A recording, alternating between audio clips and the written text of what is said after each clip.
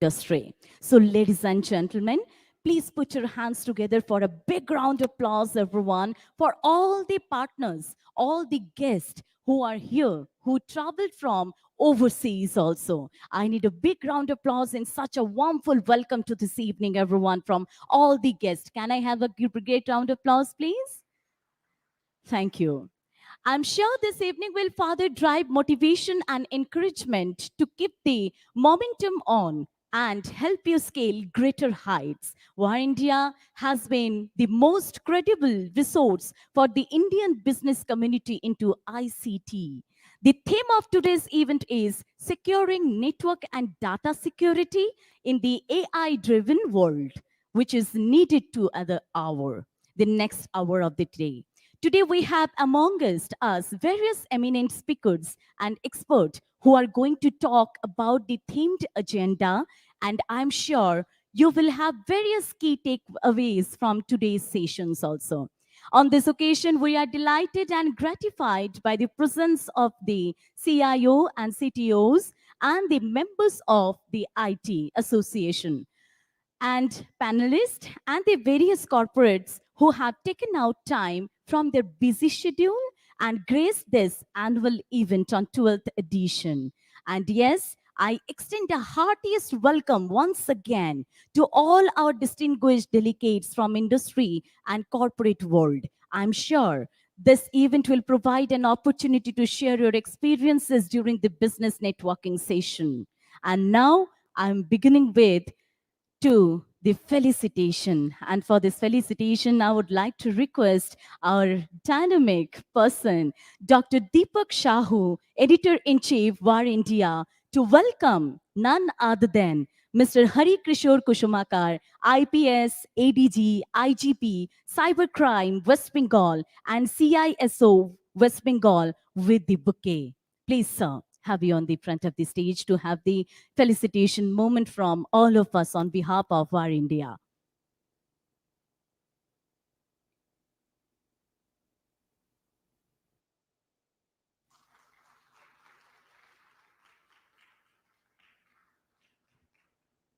Thank you, sir. Now, once again, I would like to request Dr. Shahu to welcome Professor Mr. Amlan Chakraborty. Okay, he's late. Okay. I'm going for the next one. So once again, I would like to request our Dr. Shahu to welcome Mr. Manjit Nayak, Director, STPI, with bouquet as a token of love. Just need a big energetic applause, everyone, from all of you. Thank you so much. Now, we are waiting for him. So have you here? It's a pleasure moment for all of us. Once again, I would like to request Dr. Shahu to welcome Professor Amlan Chakraborty, Head IT and Technology Innovation Cell, University of Calcutta, with the token of love as a flower bouquet.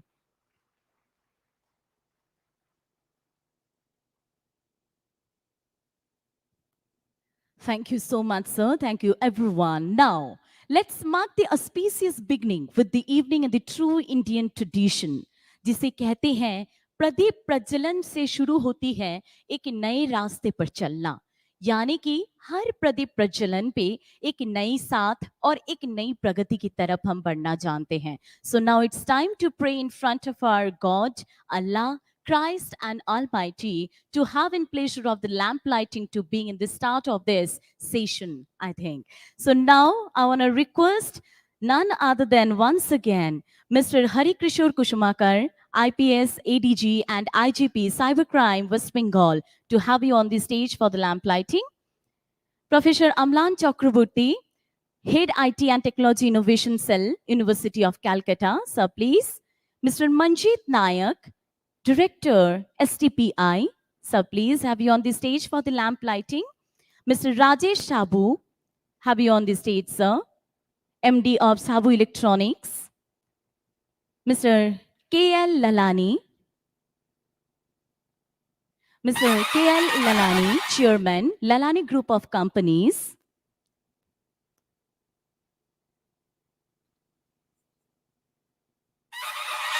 Now I want to call up on the stage Mr. Dattatri Katkar, Director Alliance Allied Telesis, Mr. Someshwar Chakraborty, Mr. Kripaduti Sharkar, Mr. Rajat Chand, Ms. Beri Tai, have you on the stage for the lamp lighting, Mr. Shorab Dash, Ms. Minal Bhagat, have you on the stage, Ms. Shangomitra Pine, Mr. Siddharth Sinhal, all of the dignitaries for being here on the stage on the lamp lighting. It's a gracious moment for all of us. And during this lamp lighting, once again, I wanna request to please make a stand up during this lamp lighting, everyone. On the gracious of the lamp lighting.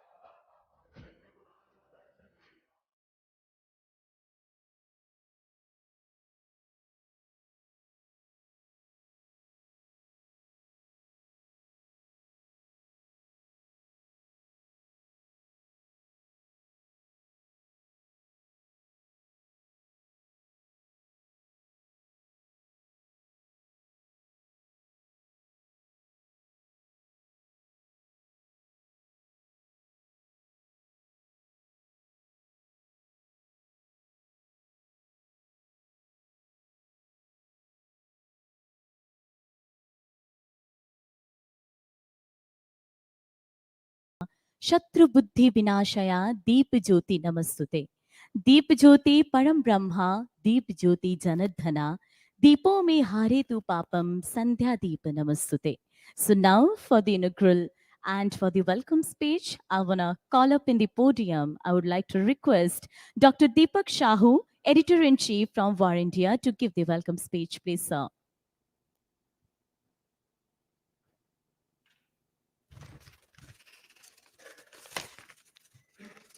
Should I say good evening, Kolkata? So, good evening, ladies and gentlemen. Honorable guest, Mr. Harikishore Kusmakar is the IPS officer.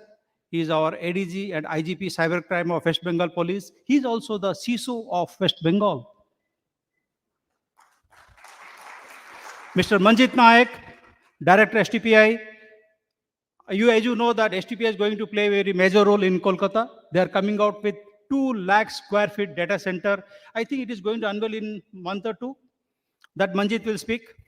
We have Professor Amlan Chakrabarti, Head of IT and Technology Innovation Cell, University of Kolkata. And also he has got so many accolades where he give his best practices and knowledge. Okay, I was impressed when I first met in Professor Amlan. And we have a representative from Compass, Mr. Rajesh Sabu, is going to join us.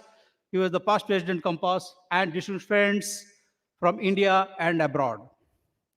And we have the industry leaders, CIO, CTO, CISOs, and the panelists who are going to join us. I will not say the panelists, they are the expert who are going to solve the problem they are facing every day in their office. We just want to see how they are solving the problem over this live event.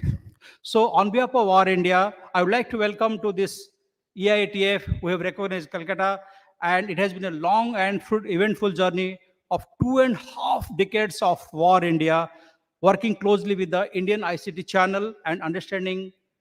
And we recognize as the DNA of channel that we celebrate one event in a year, Star Night Award, that we call SNA, which recognized as the DNA of the channel, Indian ICT channel. So I'd like to thank Compass, partners of West Bengal, and tech leaders for the continued support to War India. Your partnership has been essential to our success, and we are grateful for your trust and confidence. So talking about the partners, they're essential part of the business to expand and reach out to the customers. With their support, companies gain access to new markets, resources, and expertise. With help, the corporates to grow their business and reach the wider audience. Let's have a big round of applause to the partners' success. I would say the corporate should start the initiative as partner first, or they would say some partner first to partner priority. That has to be the priority of the corporate to have the larger mass, deeper penetration in the market. Of course, War India has already started the initiative, and it will be the theme of this year's StarNet Award, which is scheduled to be held on 17 November 2023 in New Delhi. The Indian IT industry, let's give a glimpse of the Indian IT industry since a tech event. So Indian IT industry is going through a golden period.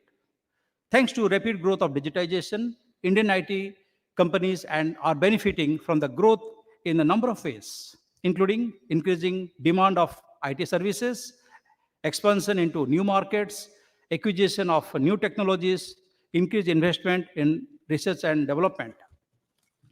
Overall, the Indian IT industry is in a very strong position. The growth of digitization or digitalization is creating a new opportunity for Indian IT companies, and they are well positioned to capitalize these opportunities. Now, the need of the hour is partner need to get ready for the transformation at every point of time. Digital transformation is a continued process, and partners need to be constantly adapting to new technologies and trends. Talking about today's topic, securing network and data security in the AI driven world, artificial intelligence is rapidly becoming a part of our everyday life. It is used in a wide of applications from facial recognition to self driving cars.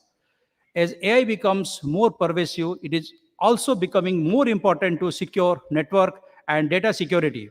We'll explore more about this during the panel discussion, you can say the case study discussion. We're very fortunate to have Mr. Harikishore Kusmakar, is the ADG, IGP, Cybercrime and West Bengal Police, and we'll understand from him on the growing cybercrime in the country and how government of West Bengal is protecting the netizens of the state. We have Mr. Manjit Naik, at STPI. He will make him understand how industry can take benefit from the state-of-art data center of STPI, which is ready to launch in few months, as I have told. It is in same Kolkata, your state, your city. The world is constantly changing, and business need to adapt to these changes in order to stay ahead of the curve. This event will provide you the insights of how AI can be used to accelerate your business. We'll discuss the latest AI trends during the discussion. I believe there will be very important takeaways from different sessions, and expect everyone present here to have a very good networking with each other. Thank you very much.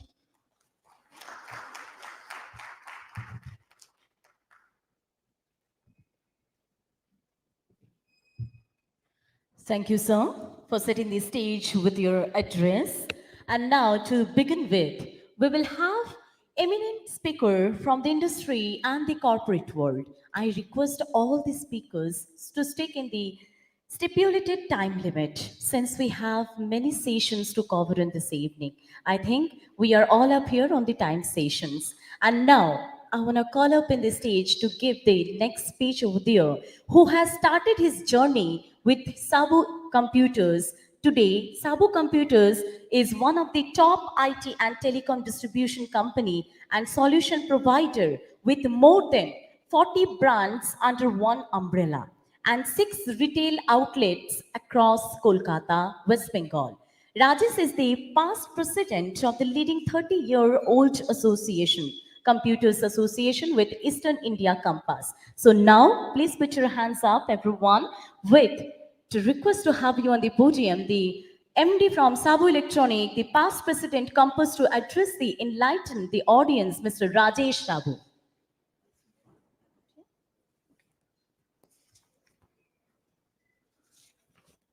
Okay, so I hope we have to wait for him.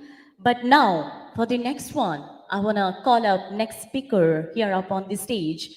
He's the Jurisdictional Director of STPI, Kolkata, along with other 4 sub-centers, that is Durgapur, Shiliguri, Kharagpur and Holdia in West Bengal under Ministry of Electronics and IT, Government of India. He has more than 25 years of association with government sector as well as corporate, and 20 years of experience in policy making and statutory services for IT and ITES industries. And please put your hands up once again to have a request Mr. Manjeet Kumar Nayak, Director STPI, to enlighten the audience with the presentation. Please, sir, have you on the stage. Good evening, ladies and gentlemen. Sorry. Good evening, ladies and gentlemen. Among with us, Sri Harikishwar Kusumakar, IPS, ADG, Cyber Cells, and Special Commissioner Police, Kolkata, and Professor Amlan Chakravarti, and other known faces and industry friends and media. It's really pleasure to be part of this event today. This event is continuing in Calcutta since couple of years, and we are witnessing to this event, and they're coming up with the themes of different emerging technology, including cyber security. Today, I think it is AI-driven activities which is lead to the cyber security. This is the most, I think, believe hot topic nowadays. We are discussing across the globes. As you all of know, this AI-driven solution is coming up with uh, in all aspects of the human life, starting from education, starting from healthcare to automations, to our day-to-day life. AI having the very much impact day by day, and its research is going on, implementation going on, and we all witnessing to the development in the AI sectors. So technology has become the critical facilitator for today businessmen. It has a highly profound role in driving the optimization and efficiency across all sectors, starting from government to the PSUs and to the privates. So across the country, I can say the globes, the impact is tremendous, and totally the all the technology, whatever is going to be developed and we are working today, as all you can say emerging technology. It's starting from AI or blockchain or robotics or data science, or whatever you can say, just all emerging technology is changing day by day our day-to-day life.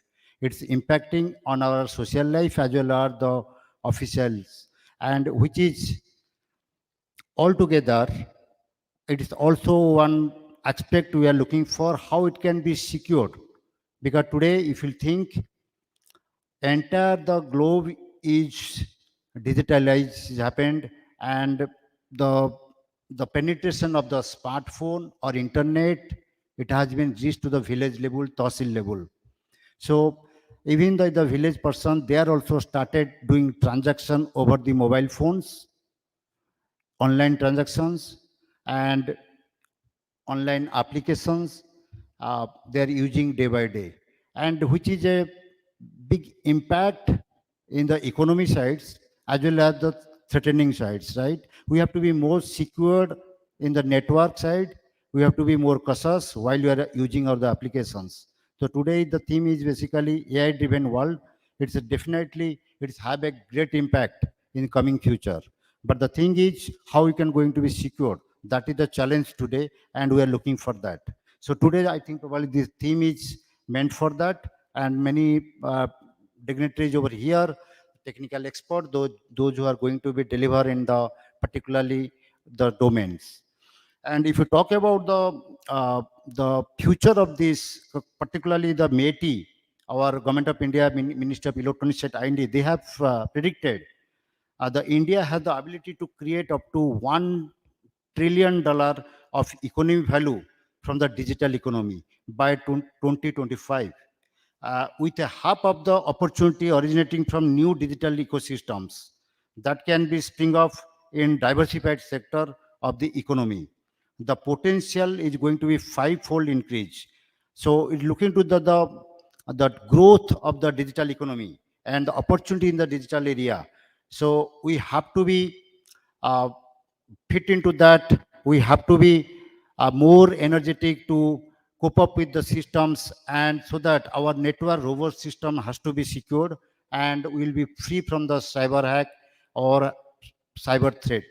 So that is the main agenda, where we are playing a very big role uh, on behalf of STPI. Also, we are try to create the awareness among the industries, how we can be cyber free zone, and how we can secure our networks. So as for the shortens guidelines, there is a minimum uh, risks should be maintained, and we should have proper secure network. That is also a looked after.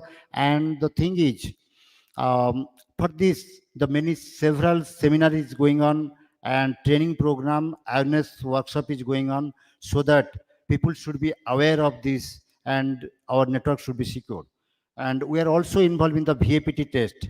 That is also on behalf of um, uh, government sides. We are also empaneled for the VAPT test, so that we are also started this activity in Bengal.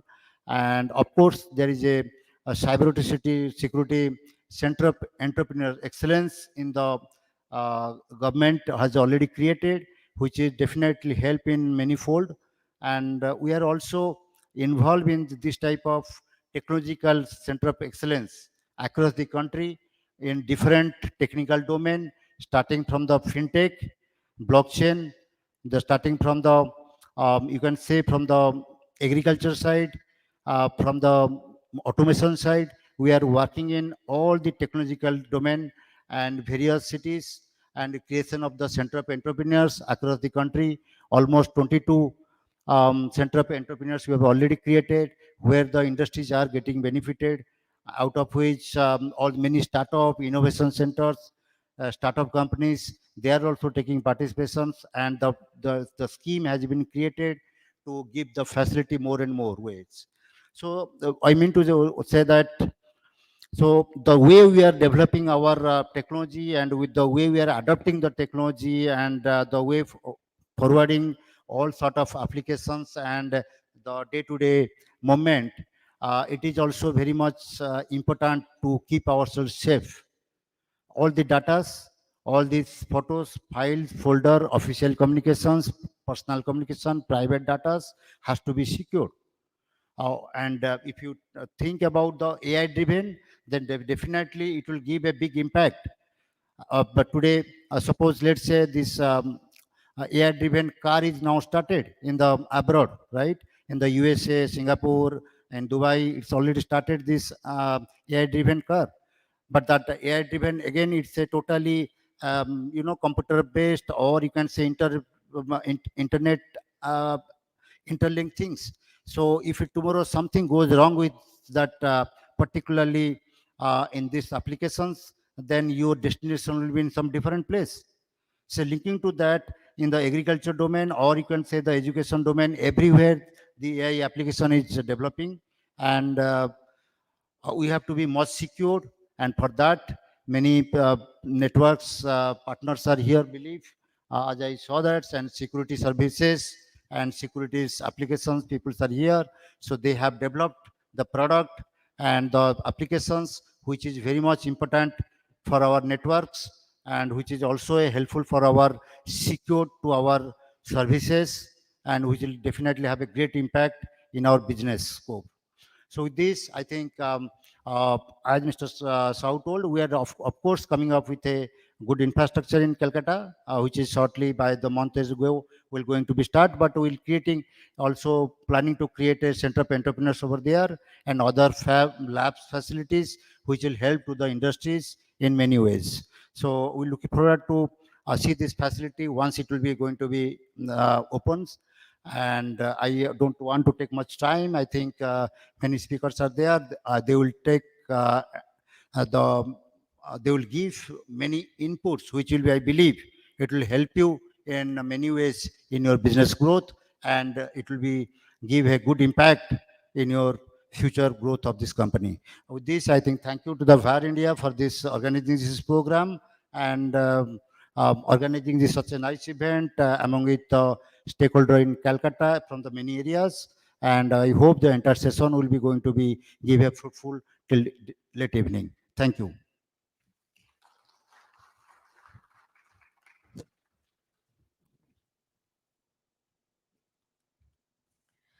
Thank you, sir. Thank you so much once again for carrying on the session. And now I will invite on the stage who is the full-time professor and director at the A.K. Chaudhary School of Information Technology at the University of Calcutta and is also associated with IIIT Delhi as a visiting professor. He was the postdoctoral fellow at the School of Engineering, Princeton University, USA during 2011 to 2012. He has 20 years of experience in engineering education and research. Please give a big round of applause for none other than Professor Amlan Chakraborty, Head IT and Technology Innovation Cells and University of Kolkata, to come on the stage and address the delegates to how the new age technology brings an opportunity to invest. Please, sir. Yeah, thank you and very good evening to all of you. Thanks to VARINDIA for inviting me and my colleagues from the industries and startups and government bodies. So this is a very exciting scenario or exciting phase of the technology where we have the enormous amount of data, right? First we were actually having the lack of data, right? How to get the data, okay?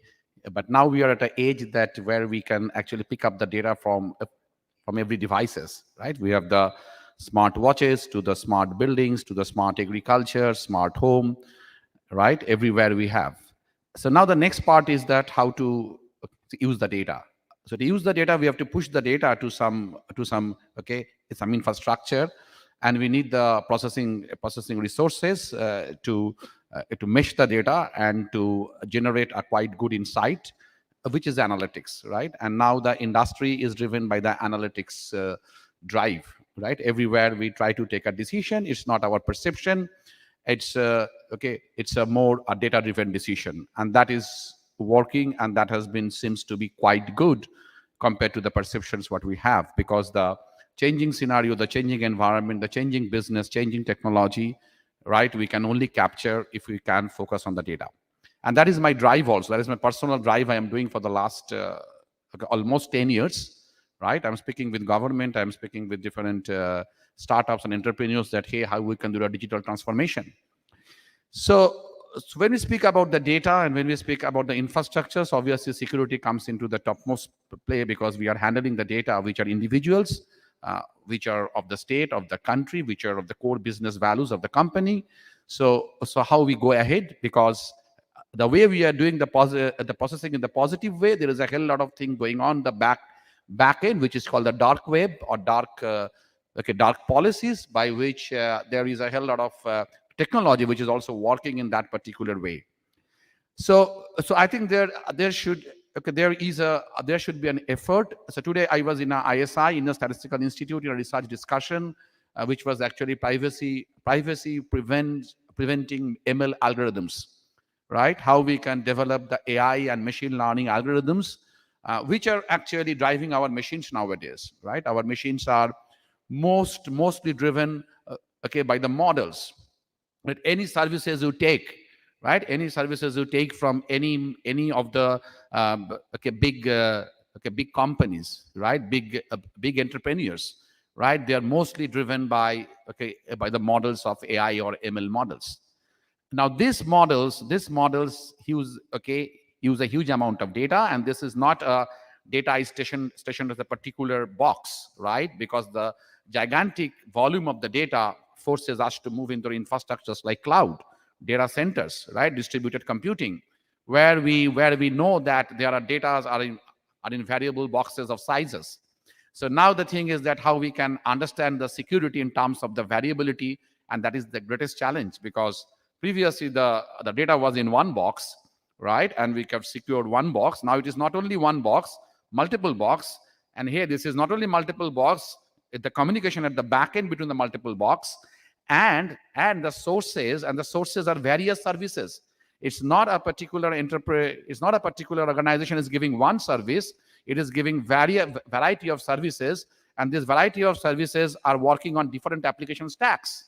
So different application stacks are working on the different boxes of data or on mix and match boxes of data, and in a different type of communication platform. Some are working on field, some are working in the backbone, some are working in in some sort of intermediary network. So now this variability in data and network and applications, if we see in a wholesome way, we surely find a lot of challenges. Okay, so challenges are hey, do you have the algorithms, whether the algorithms are scalable, right? Whether we have the network devices which can actually, they can sustain this amount of vulnerability, or they can actually resist this amount of vulnerability, what can be exposed due to this variability in the nature of everything. Okay, so now these are the challenges which are coming up, and I am pretty sure that obviously that means we have a lot of technologies coming up, right? Privacy prevention, preventing technologies are one of the good things which are already being some way matured, right? But this needs to be taken care through more research and more rigorous practice in the industry.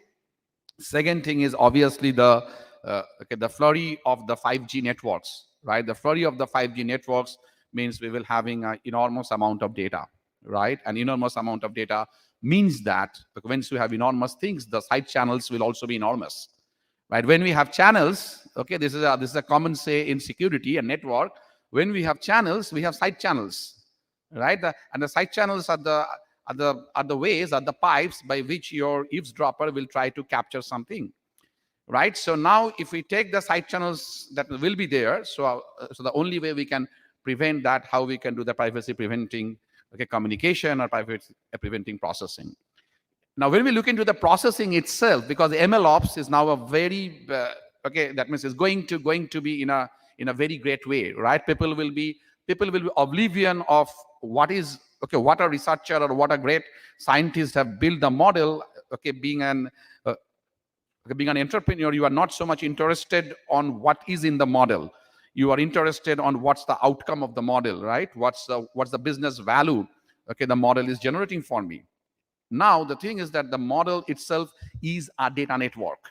Those who understand model, they know that the model itself is a data network. It consists of the various structures, right? And each structures, if we just tweak the data, right? If I tweak the data of a weight of a model, right? The model behaves completely different approach. It can be very, very, very faulty model, and that can lead to something which is dangerous thing. That means you believe your model, and the model was tested but somebody attacked the model, and the model become completely vulnerable.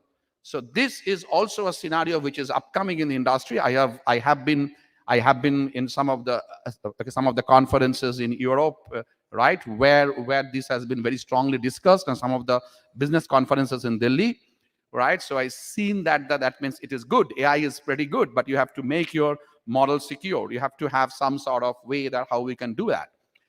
So two things I said: the privacy prevention, the activity of data handling and data processing.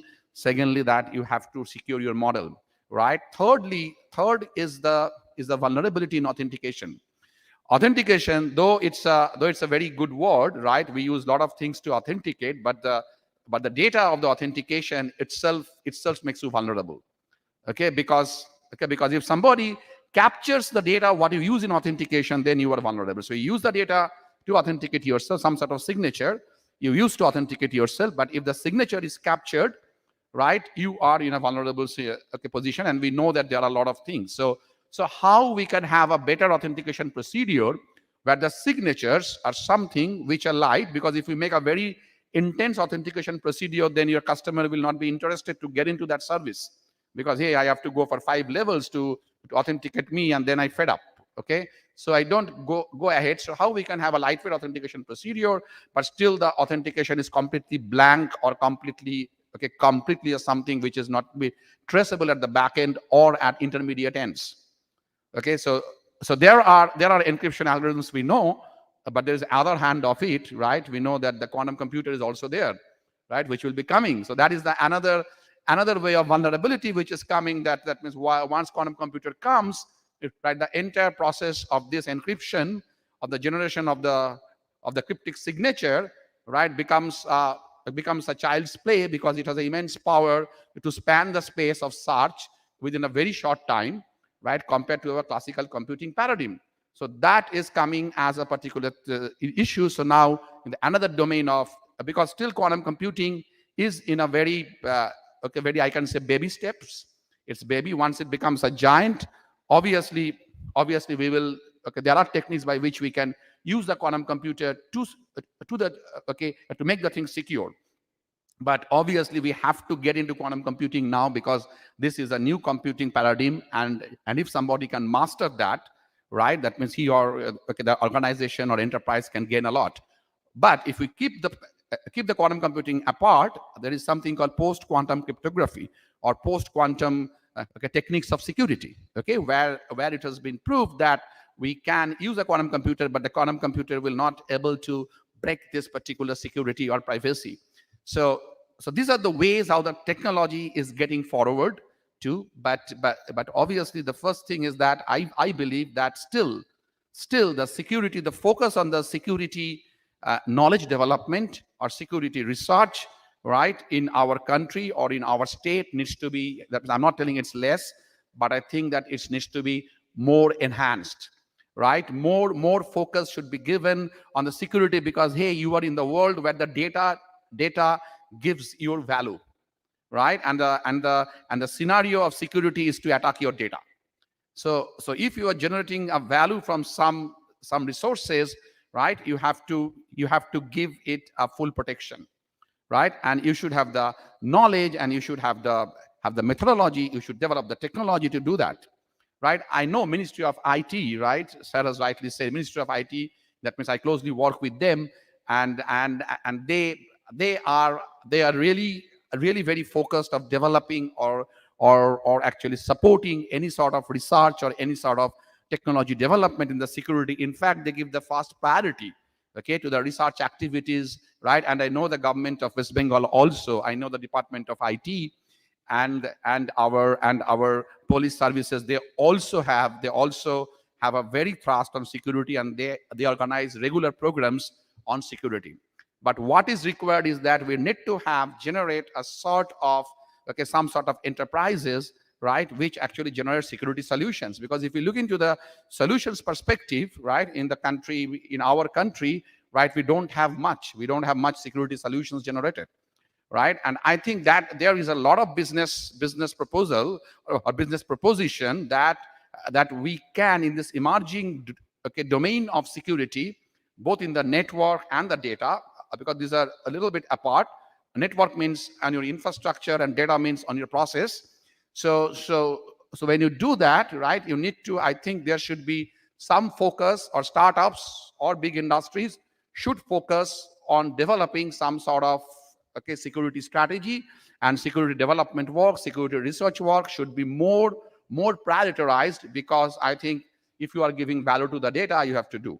Second part comes the AI, right? How artificial intelligence can work. Yeah, artificial intelligence can both plus and minus for security, right? We are working on a project, and I am a reviewer of a project of DRDO, where we are actually trying to look into that, whether AI is a strong tool for breaking security. AI is a very positive tool, right, for us, because it is generating models.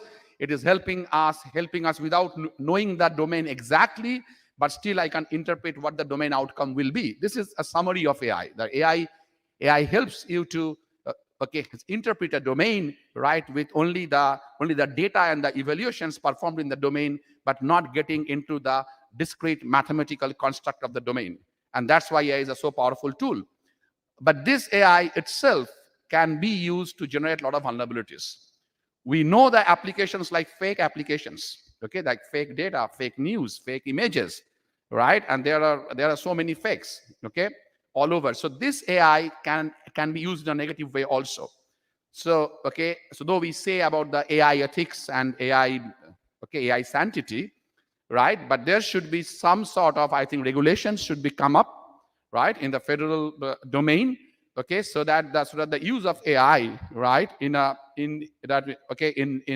some form. We don't know what will be the exact regulations to be framed up, but I think there should be some effort should be taken, so that we can frame up that what will be our ethical, or what will be our sanctity in the AI. Now, having said so, as AI tools are now used to analyze your signature, right? Security is nothing but generating a signature, and that you only know, right? And you only get back from the signature to the data, right? Or you can use the signature for authentication, right? Either it is the hash one-way function, or it is an encryption decryption procedure. So now AI can be used to predict your signature, right? And that's very dangerous, because signature is a mathematical transform what we do on a data and generate your either your hash value or your encrypted cipher data.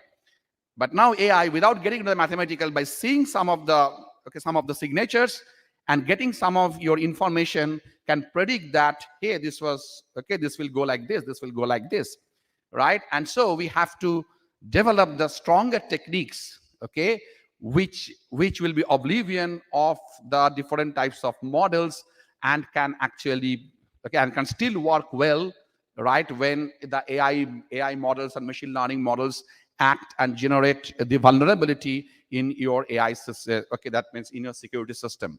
So those are the areas I think where research, industry, right, and organizations should work together, and government should give a sort of support in some form, right, to propagate in these directions. And I think that, yeah, security and AI is a very good game, right? It can be used for a very positive purpose, right? We can make the things very good, but it shouldn't go into the wrong hands. And so for that, we have to all to be knowledgeable, prepared, and we should have enough thing in our hand, so that this doesn't go in the misway, wrong way. So I think that I have that means this is the direction I want to set, and my university, right, does some research work. I'm the director of the School of IT, right? I am connected with good number of institutes across the country, across the world. So quantum computing, it's AI based security analysis, right? And obviously, say AI based models are one of the core area or core competency of me and my group. So anyone wants to have some sort of research activity, some sort of knowledge generation activity, I will be very happy to contribute and collaborate. So thank you all once again, Dr. Shahu, for inviting me. He just met me in Delhi, I think, a couple of weeks ago. We had a meeting in our IIIT Delhi office, where I'm now a visiting professor, and I was very fascinated with his efforts, because IT and digital transformation. I'm not speaking this why it is very important, because now digital transformation is at that level. I think our first speaker said that it is penetrating to everywhere. That means education, health, home, so everywhere, water, environment, right, everywhere, food, everywhere digital transformation is getting into. And this is good for the good human use, right? So that our services are more precise, our services are more quality, and our services are beneficial, and our services use less resource. This is all why we use this type of AI techniques or intelligent techniques in the digital transformation. But having said so, as this is going very deep into our activity, we have to have a very good way to protect our data and our network. So thank you once again, and thanks for giving me the opportunity. Good evening to all of you.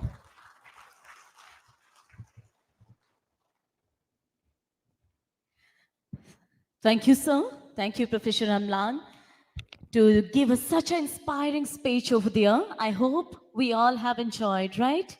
So now I want to call up in the podium for the next speech.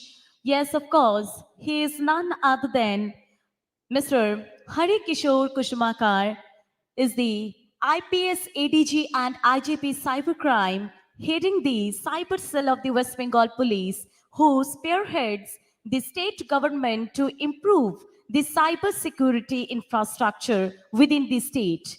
Mr. Kushumakar established National Digital Crime Resources and Training Center in SPP, National Police Academy, in association with CDAC, Hyderabad. He is a BE Mechanical from Roorkee University and holds a diploma in police management from Osmania University. So please put your hands up in the air, everyone, for give a big round of applause for none other than I want to invite in the podium Mr. Hari Krishore Kushumakar, IPS ADG and IGP Cybercrime, West Bengal and CISO of West Bengal, to address the delegates on the increasing cybercrime in the country and how the government of West Bengal is prepared to take care of the netizens. Please, sir.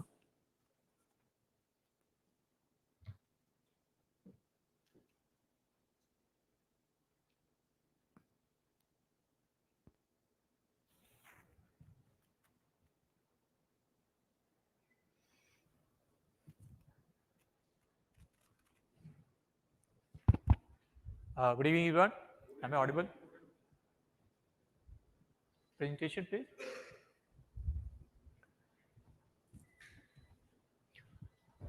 Good evening. Thank you, Dr. Sau, for having me here. Also good to see all the old friends sitting in on the front table. We keep meeting in similar kind of environment every now and then. This is the first of this kind of conference of this season. In fact, the season will start a little later, maybe after Puja. That the Dr. Sahu has taken a lead and we start a little earlier this time. So I think I'm an odd man out here. You people are from AI background. I don't have much of AI background, so I just can't talk about AI background. I'll talk about my field, which I'm working in. Primarily, I'm a career police officer. As a kind of part-time assignment, I'm as a CISO West Bengal for more of a policy than actual hands-on work on day-to-day basis. So I'll limit myself to crime, and crime itself is quite a burgeoning field, and I hope you like it. And if you can take some question after that, if time permits. I'll just go through few important cybercrime which you may be already facing, all of you. In fact, I believe 80% of you might have got some SMS of somewhere. You want some lottery, some payment due, and I believe me, a lot of people are actually falling for it. And in fact, if you ask me, bank fraud is a traditional crime. It is not actually a very high-tech crime. That is why this, the half-educated or rather uneducated or undereducated people from Jantada, they are able to commit so much of crime. Had it been so high-tech, these boys and girls would not have been able to do all those things. So it's very simple for them, and for us also. Like we already had a bank fraud section with us, but then the inflow of reporting were never that much. Earlier it was much lesser number.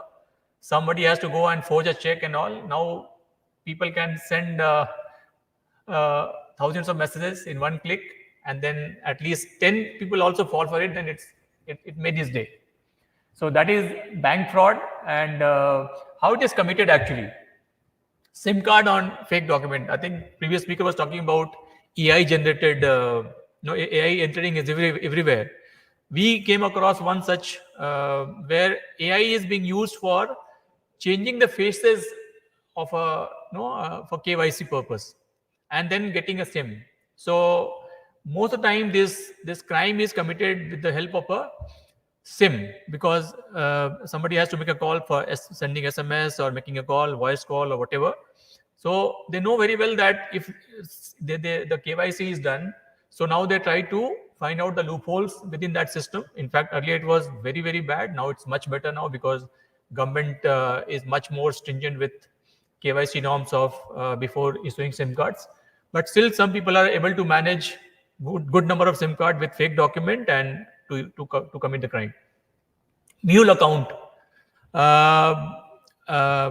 Few of you may be aware of this word. Mule account is basically bank account taken only for this fraudulent purpose. So though there are a lot of bank accounts already available with people, sometimes people are not aware that their accounts is being used. In most of these cases, they actually open a account with again some document, and they use for that And the owner, why we call it mule? Because the owner is the third person, and they are paid some kind of rent of that account, and somebody else uses that account, and the kind of transaction they do, perhaps the account owner may not be aware of. Impersonation on Facebook, WhatsApp, OLX with fake account. This has already been very common, so no need to talk about.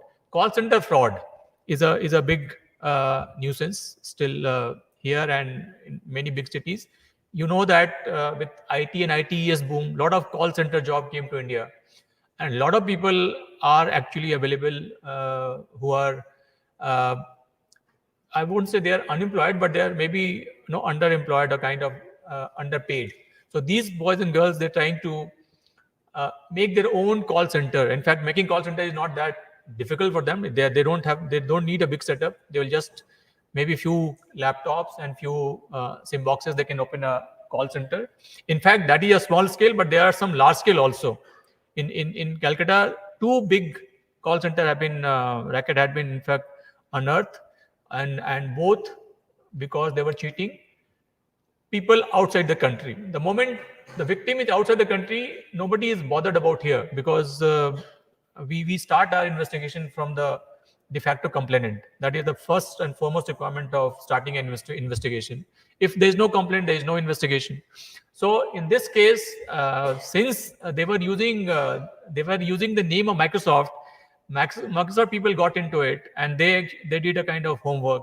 They came up with a very robust complaint with a lot of evidences, and ultimately one case ended in conviction. The second is going on. One was the Microsoft Germany, and second was Microsoft Singapore, perhaps. They came, and those call center, in fact, those were a big call center, but there are many small call center, 4 or 5 people from here and there. They also doing it in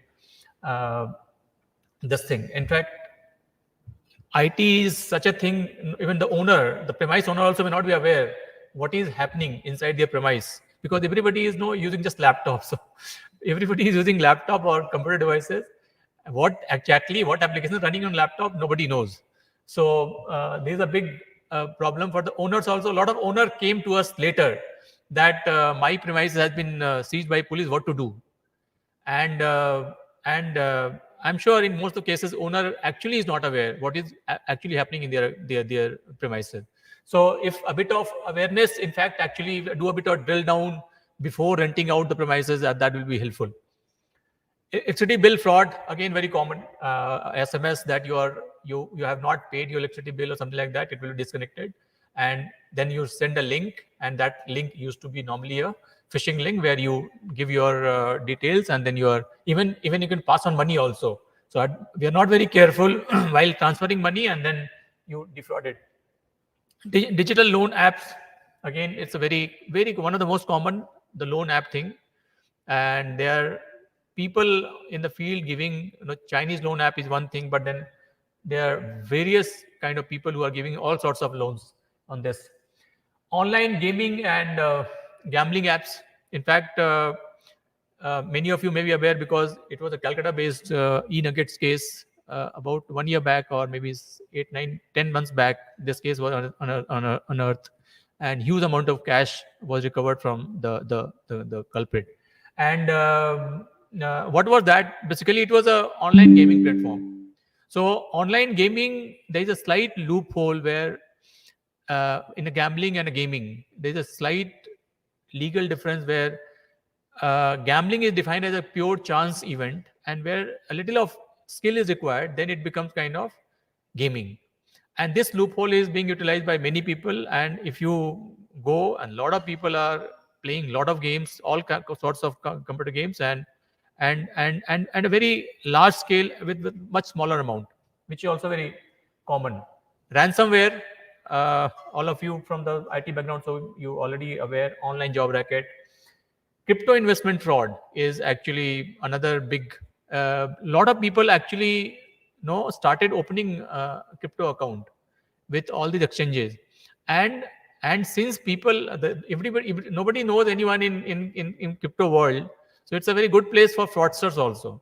And very small amount, 1,000 rupees to 2,000 rupees, 5,000 rupees, 15,000 rupees, they are investing in crypto, and after that I think the guys vanish, or something. I mean, there are many ways to do it, but it's a pure because of the crypto markets, very sometimes very good return. So people are lured to that.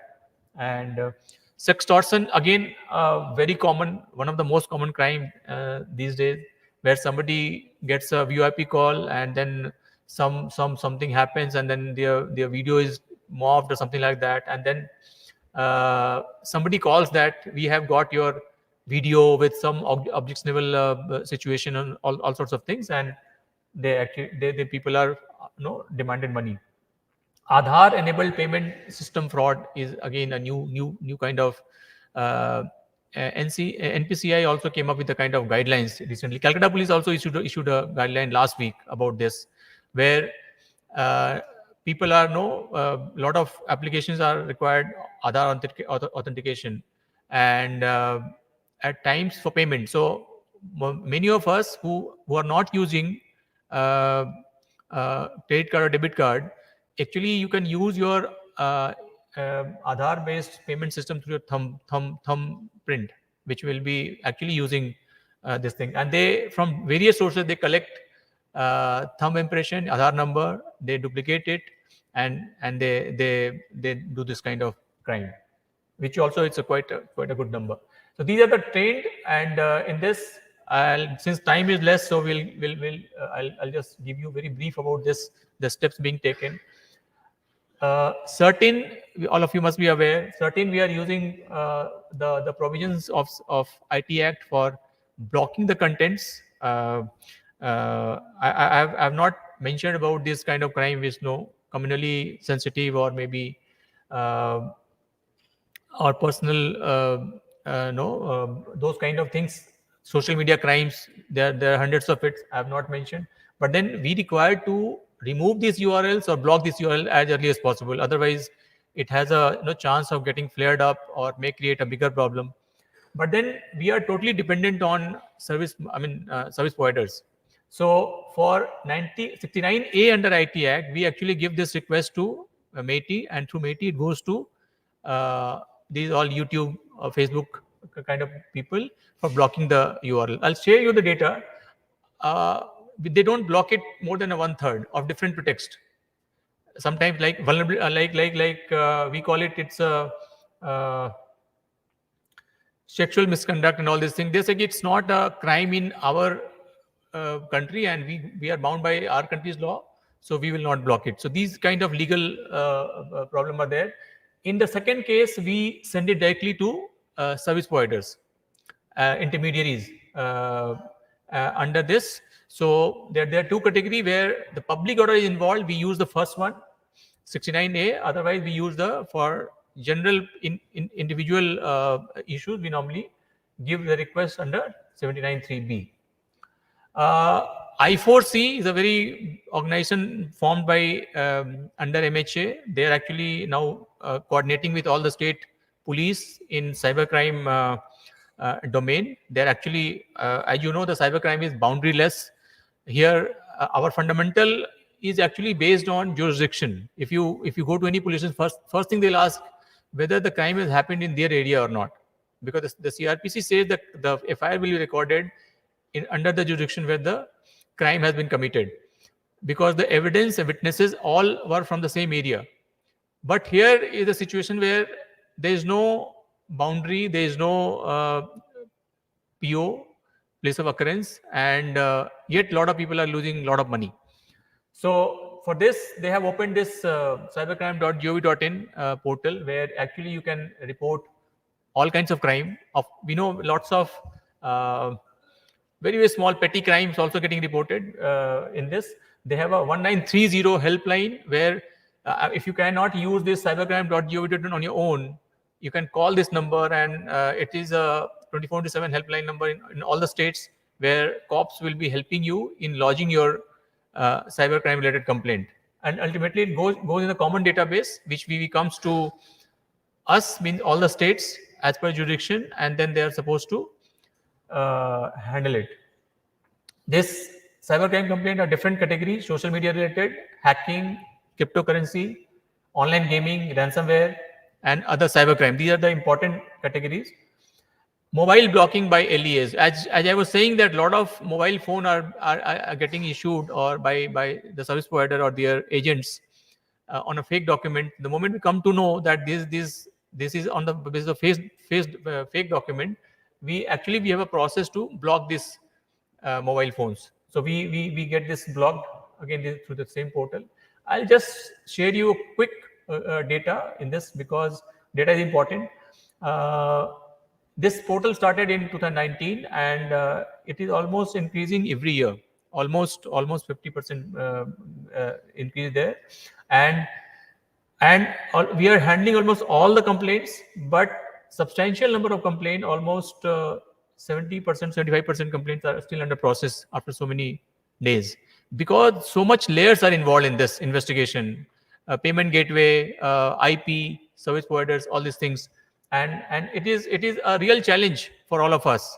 And the effort for a small crime or a big crime almost remain the same, because we have to, every time we have to seek IP, we have to go to service provider, and then payment gateway, we get the details of the bank accounts, all these things.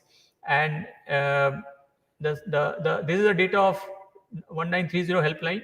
We are getting almost 14,000 calls in 2022. This already we have crossed 17,000 by this. This is the mobile number we have blocked so far in West Bengal. This is only West Bengal data. This is the statistic 1930 helpline. Whenever, in fact, you people can call the bank also. In fact, the banks are also the part of 1930 this thing. You can straight away call your bank. Bank also have 24/7 setup to block your transaction. So if you immediately, in fact, if you can actually block your transaction before actually money is taken away, I mean, you still have a good chance of stopping your money to actually go out of your account. It can get back. So we have get almost 60,000 in this year complaint, in which we almost huge amount of money is involved, 125 crores. We in fact transaction put on hold. So the moment it comes to us, we actually tell the banks to hold, or you can directly call also. You can also call bank to hold the transaction, and then lien amount is almost 9 crore. These are amount. What happens is, this 125 crores looks very huge actually, because we block only the amount involved. So somebody's account, there is 1 lakh rupees and there's 10,000 rupees entered. So the bank will not block the whole account. They will block this 10,000 rupees. So that there's a difference. And complaint remain attended by bank because of again the flow of this thing. Sometimes wrong transaction they happen. People also commit mistake by transacting. Money transfer to other accounts.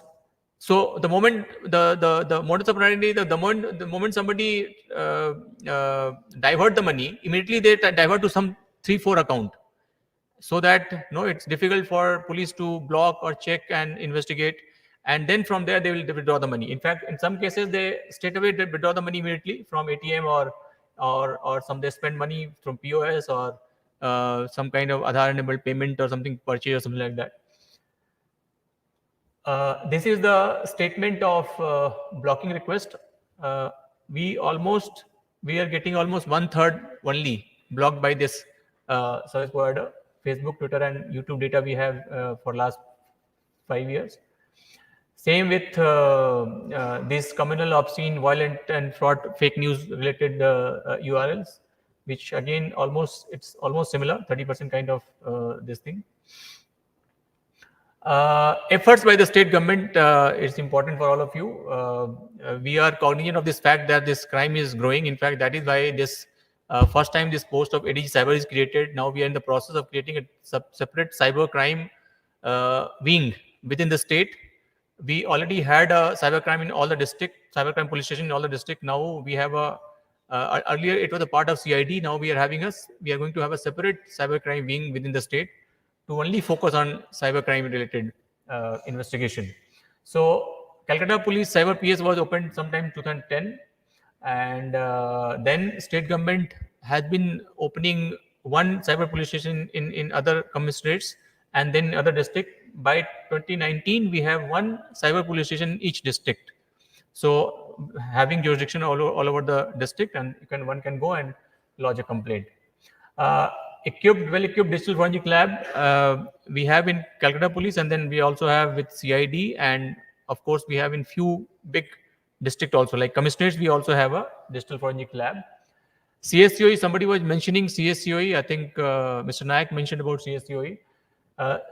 CSCOE is a kind of society under IT department, which actually helping us in building capacity, training different kind of modules. There we are collaborating with us for investigation and developing capacity, because the kind of in fact, there will be a time where every crime will have a cyber component, means digital evidence component. So right now we are having a separate police station for that, but then sooner or later, after all crime will have a digital evidence component. So in fact, this is going to increase because more and more people are actually using digital platform. They are using less and less paper, and they are using more and more digital platform. State government also set up a cyber forensic and digital evidence examiners lab. It is a exclusive lab for digital evidence examination. This is because the central labs are not able to take the load. The huge load is there. State government has set up, and recently we have got accreditation from MATI. So the lab, if it is open, it has to be vetted or acknowledged under 79A by MATI. So we have just got accreditation kind of MATI, so that we can actually give this evidence in court of law. We also in the process of engaging different kind of experts, both in CID as well as in Calcutta Police. Difficulty, challenges is very important. We have 5 minutes. I am getting late. So challenges is very important to understand, because our biggest challenge is getting the IP. You all know that on internet, IP is the only identity. That is a logical address, and it keep on changing. And if you take a IPDR, I mean, how many of you have actually seen IPDR? For 15 minutes data, you may get maybe 1,000 kind of columns and rows in the data. So so in fact, the biggest problem is that the service provider like ISPs, how to capture data and store the data. The IPDR creates so much data. Where to get this much storage? Because every storage has a cost. So in fact, they only informed us that as of now, there is no mandate to capture IP of a public Wi-Fi router. So they don't, whosoever has come and who actually they used their router, they actually they don't record. And the IP is static or fixed only in case of leased line. But the 99% people are actually broadband users, and they are normal who share the IP. So, and then the service provider also use a public IP with multiple users through netting. So it's such a big we have to kind of find something like finding a needle in a haystack, nothing less than that. So this is a big challenge. And and as I said, I was social media giants who are registered outside. For everything we have to go to social media, I mean service provider, if it is Facebook or YouTube or whosoever. And if most of these big giants have a very small legal compliance team. In fact, Google has just 4 people in the country, and these 4 people also not empowered enough. They cannot pull the data from their server. They are just coordinating on behalf of Indian LEAs and sending it to the central team, and then they are fetching the data, and they're sending it back to us. So same with other also. Other than these, we have also have hundreds and thousands of different application and payment gateways, or even commerce sites. So every site will have, the server will have IP. So the biggest challenge is how to know who is the nodal officer of that person. So the most time we are asking, यार उसका बताओ कौन nodal officer है उसका, उसको mail भेजना है. They reply back, but then there's so many people to ask for data. It's very difficult to keep track. Malware analysis and ransomware. In fact, perhaps there's still not much of technology available for malware analysis and ransomware. But then, and these things have actually come, though the number is less. But even in today only, I was finding there 1 or 2 complaints are actually available for malware kind of thing, and whether it is malware or not, whether they have actually used encryption or some kind of proper ransomware or not, malware or not, that will only we can find when we are able to utilize or investigate or go through that system. So, and that itself is time consuming, and the kind of, if the data is overwritten, then very little chance of getting that data. So normally what happens is, in a digital forensics, if anybody is aware of that, or otherwise also, the computer data is basically all in the form of 0 and 1, right? So when you delete a data, actually it doesn't delete the data, it just removes the file name from the index. Your data remain as it is. So your only directory, the name is, the file name is removed, that is why you are not able to retrieve the file. All data remains there. But when it is overwritten by some other data, then you cannot recover. So what happens is, it's one way it is good, but then what happens is, most of the devices, mostly routers or those kind of devices, because everybody is in the process of cutting cost, so they have a very small memory. What they do, in fact, whatever the data they are generating related to IP or all these usage events, it keep getting overrated at a very short interval because they have a very small memory. So in fact, at the moment, as per the guidelines, they are supposed to maintain data only for 6 months. For telecom calls, it is 2 years. And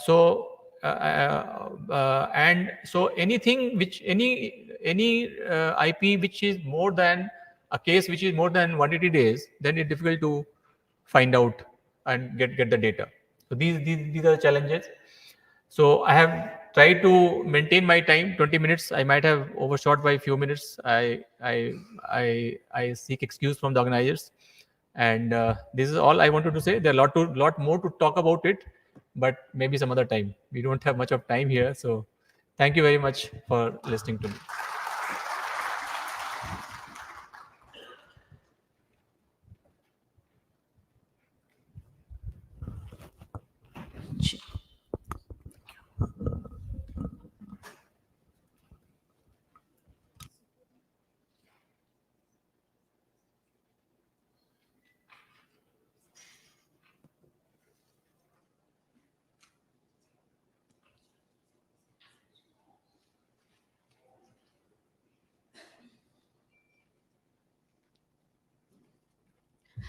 Thank you, sir.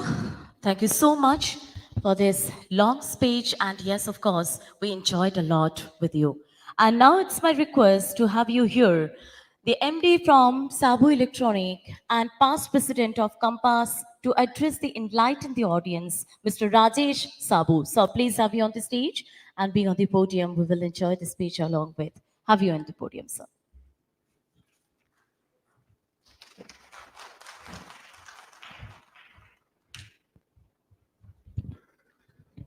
Good evening, friends and distinguished guests, and Mr. Deepak Sahu for inviting me here. बहुत कुछ अभी जो बातें हो रही थी आधा sir के ऊपर से भी निकल रहा था. To be very frank, myself, Rajesh Sabu, I'm in IT industry since last 34 years. और 34 साल भी एक इंडस्ट्री में टिके रहना और खुद को अपग्रेड करना, it is also a challenge. And you say, if I would say, पहले मैच होता था 5 days, फिर धीरे धीरे कोविड के बाद we saw IT industry also changed as a one day international. और अभी तो जो सीन है 2020, daily you are facing some challenges, कभी ऑनलाइन का, कभी I would say large format retails का. One thing only I would say, that we need to change ourselves and we need to get upgraded all the time. Time is there. We also have to change accordingly. And if we don't change, things are going to get in a different way. अभी cyber security आ गया है, data की बात हो रही है. हम लोग कभी खाली लैपटॉप डेस्कटॉप के बारे में सोचते थे, but things are getting changed and we also need to upgrade ourselves. And for Compass, they have called me. So on behalf of Compass, that is a Computer Association of Eastern India, which is a 30-year-old organization, and I was also one of the founder member there. And last event, which Mr. Deepak Sahu also covered, which happened in Westin Hotel, I would like to highlight a little bit upon that also. It was more than 300 partners joined there from 23 districts, 250 city pin codes, and more than 25 vendors, approximately 90 vendors were there. And it was a gala event for 2 days. So in nutshell, I would like to say that cyber security, data security in this AI area, we also need to change ourselves, and we also need to be according. Otherwise, the things are going to change. अगर आप अपने को change नहीं करेंगे, so time is going to be very difficult, and we have to be all the time on to the toes. पहले हम लोग देखते थे खाली एज अ रिटेलर और डिस्ट्रीब्यूटर की लैपटॉप बिक गया, डेस्कटॉप बिक गया.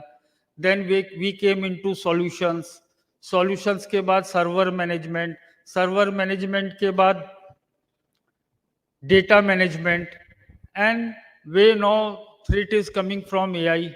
So my only request, we are also trying to upgrade ourselves the way possible, and that is the only story. Thank you very much.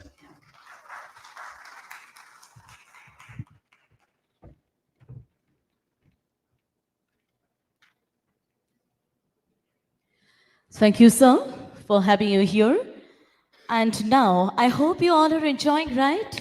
On the sessions is going on. I hope so you all are enjoying the sessions and speeches. And now, thank you to the next speech we are heading towards. Now it's time for corporate presentation. And today we have two corporates who are going to present their company's perspective. And yes, of course, once again, I want to request all the speaker to stick to the stipulated time for their presentation. Yes, of course. And now to begin with, I want to request to have you here, Mr. Sachin Desai, SE Manager, India and SARC, to present the presentation on the theme of the event. And yes, of course, I want to say a few of the lines about Mr. Sachin, who comes with more than 20 years of experience in networking industry and has been with Light Telesis from the past 14 years, handling pre-sales, post-sales trainings across India and SARC region. He has executed various mission critical projects in various verticals such as rail metro, space organization, defense, and data center, etc. So I want to call up in the stage, give a big round of applause, everyone, for the next speech, Mr. Sachin Desai, SC Manager, India and SARC. Please, sir, have you on the stage.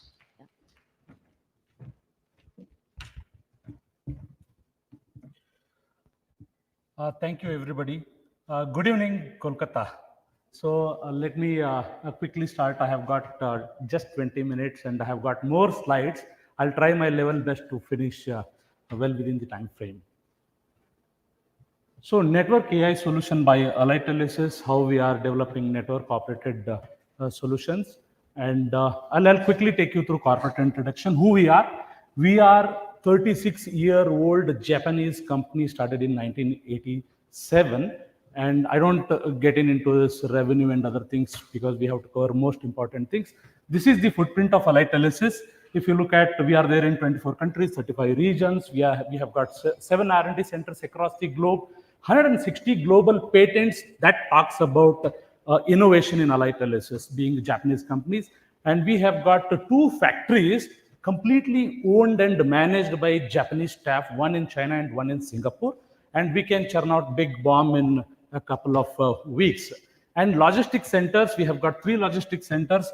For APAC, we use Singapore, and we have got 7,000 plus paying customers, and our team size is 1,700 members across the globe.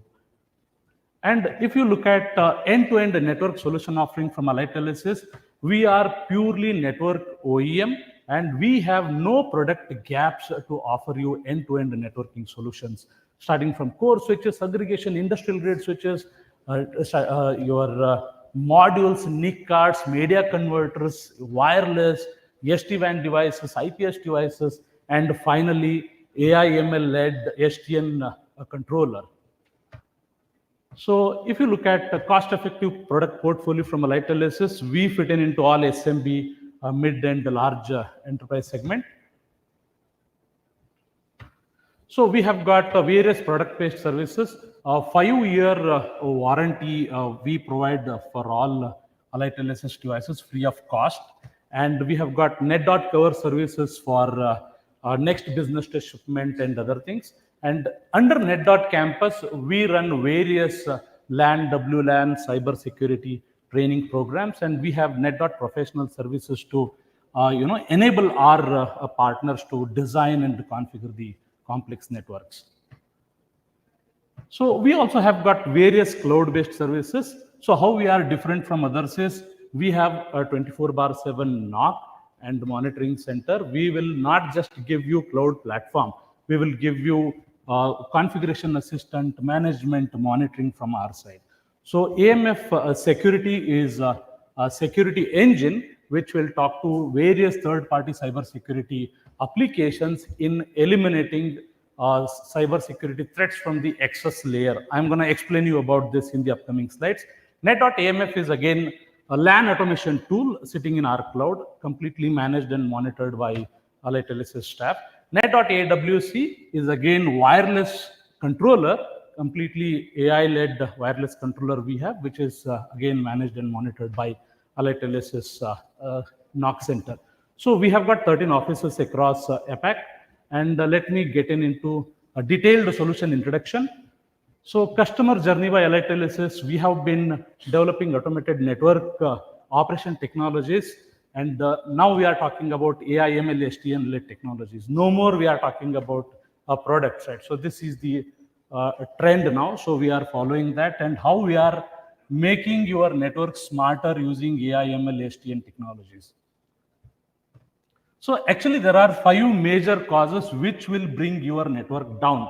So how you are addressing these, how you are mitigating these in quickly fixing the issues and ensuring that you have 99.999% network availability. So of course, a device or technology failure, human error, we are talking about not just tens of devices, we are talking about hundreds of intelligent devices, right? Intelligent layer 3 switches. To manage those devices, of course, you will have to have skilled resources.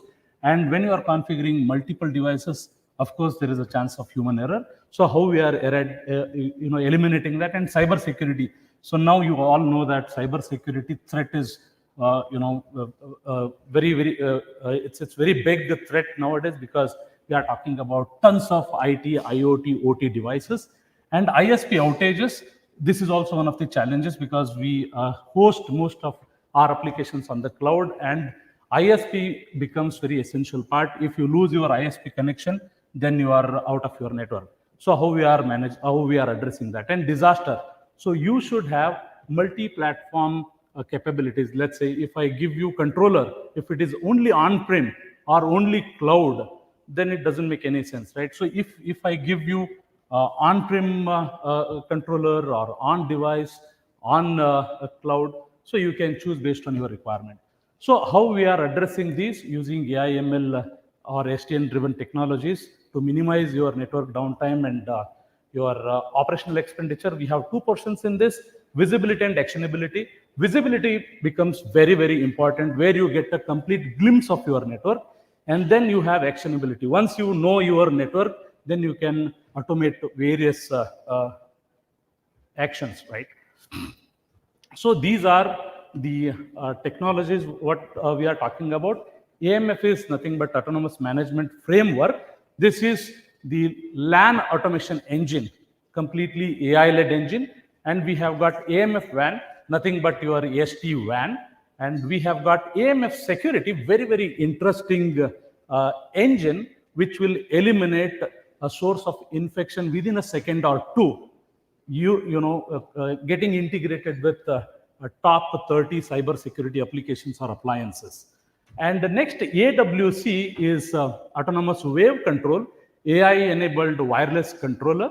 And finally, we have got Vista Manager X, single point of, single pane of glass intuitive interface, which will give you a complete control of your network, wherein you can manage, monitor, and operate your entire network without having different platforms. So this is the only platform we have. You can manage LAN, WLAN, cyber security, everything you can manage from single platform. So AMF, so if you can see AMF AI-led engine, you can enable it in the switch, and you can enable it in the dedicated appliance on-prem. You can enable it in the virtual machine, and you can host it in the public or private cloud. So we have got great flexibility in adopting this wired controller. So what it does is automatic device detection. You don't need separate inventory management system. Even if you have separate inventory management system, it is very difficult to get it integrated with your NMS, right?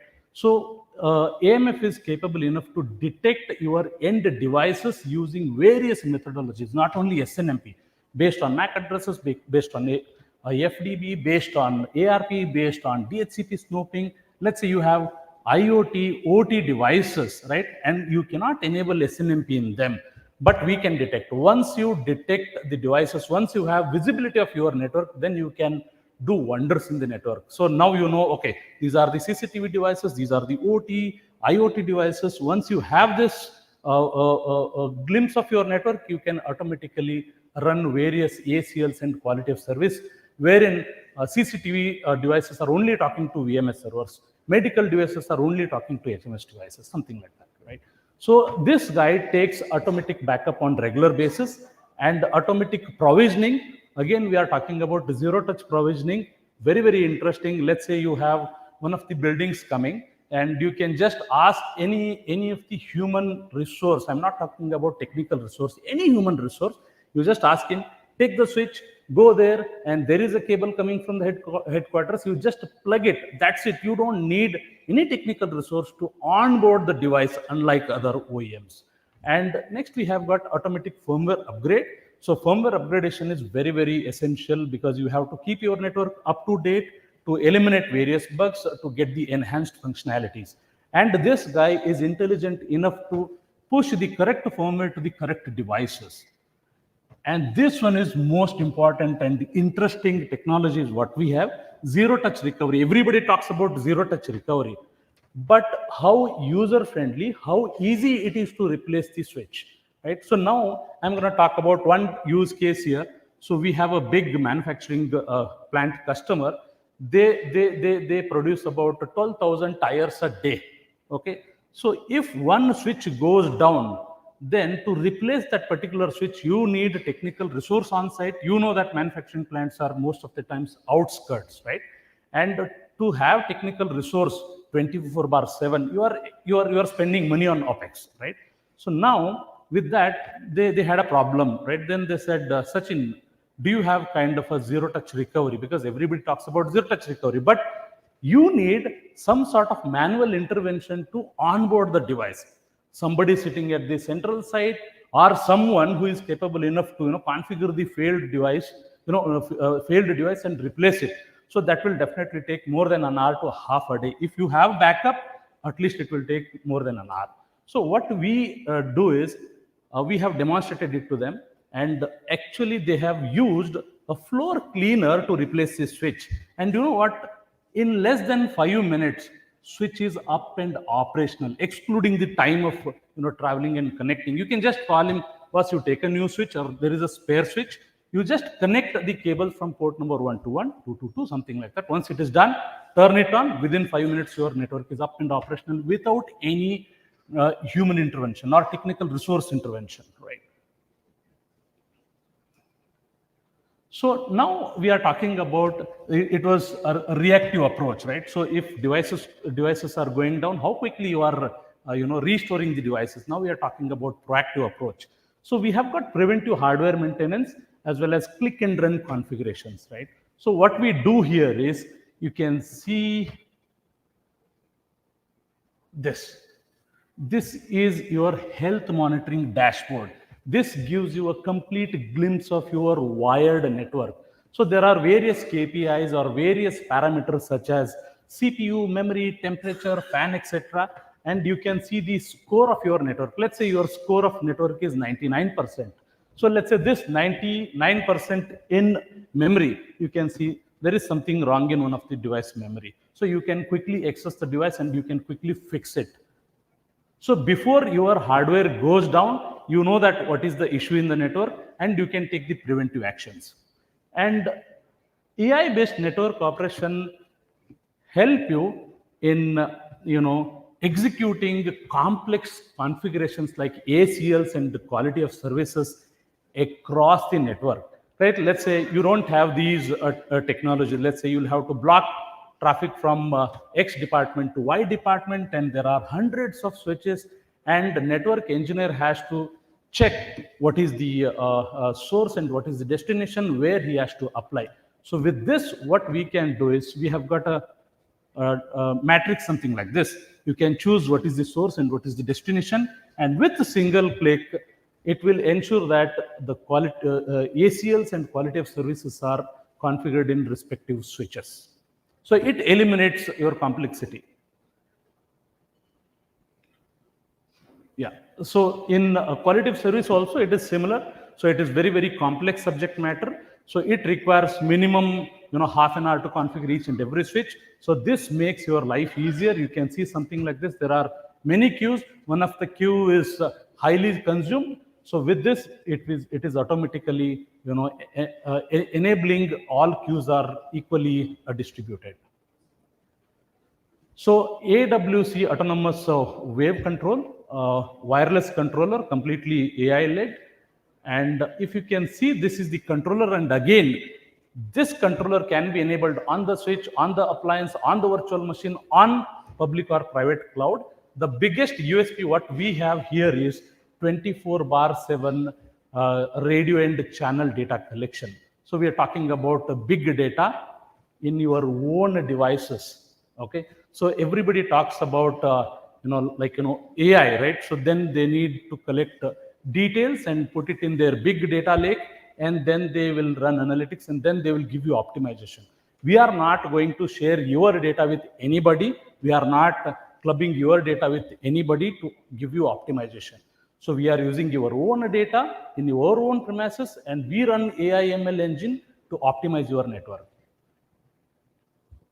So something like this.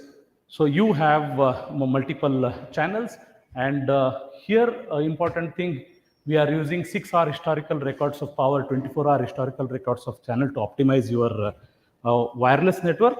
And we are using game theory driven designing. So for this we have got patent, and this is very powerful when you are having your wireless network on the shared floor. Let's say now everybody is carrying your Wi-Fi and you are enabling your hotspot, you are increasing the interferences, right? So with this game theory, we are ensuring that we will give you the best of the best optimization in the wireless. So the summary is like, we collect more data and we do more analytics, and we give you the precise optimization compared to others, where others are using only scheduled based scan, and they are collecting limited data. So this is quite interesting. So Wi-Fi is always invisible. So you cannot imagine or you cannot see Wi-Fi. In wired network, you can see actually, okay, that is the switch, this is the cable. You can actually see a topology in the NMS, but in the wireless, you don't see that. So what we give you, using these 5 key parameters, so we will monitor the data and we will optimize your wireless network, and we will give you a glimpse of wireless network, right? Something like this. So your wireless score, how good is your wireless? So if your comfort level is more, then your wireless is really healthy. So now if you click on one of the floor points, let's say in this conference room, we are saying that there are 4 APs, but still my Wi-Fi is not stable. So administrator can actually click on the conference room floor and he can see the score of this particular point. He can see, okay, everything is fine, there is something wrong. So there is something else I need to troubleshoot, right? So this gives you an insight into network. So you can see there is a pentagon and you can see all are in a good shape, right? So let's see if there is any problem, something like this. You have multiple APs and all APs are using same channel, creating interferences. By looking at this, I can understand, oh, there is something wrong here. So everybody is using same channel. So within few clicks, you can fix it. Even if you don't fix it like manually, automatically within an hour, it will optimize by itself.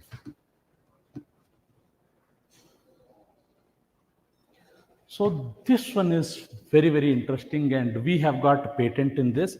And there are 2 types of wireless technologies.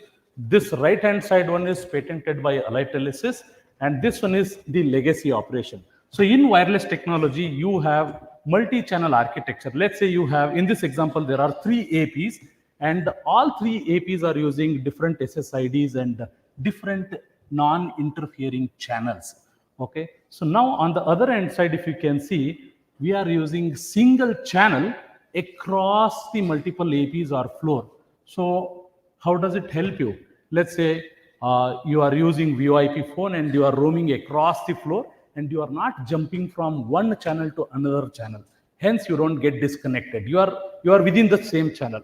But with others, right? Even we have multi-channel architecture, and there what happens? You are jumping from one channel to another channel while roaming. There is a small amount of disconnection and reconnection. So if I take an example of manufacturing floor, you have various automated guided vehicles. They need constant seamless connectivity. They don't need big bandwidth. Probably you may ask that, Sachin, you are having single channel across multiple APs. What about the throughput? Throughput is of course shared, right? But to address that, now we have got Wi-Fi 6 with higher throughput, right?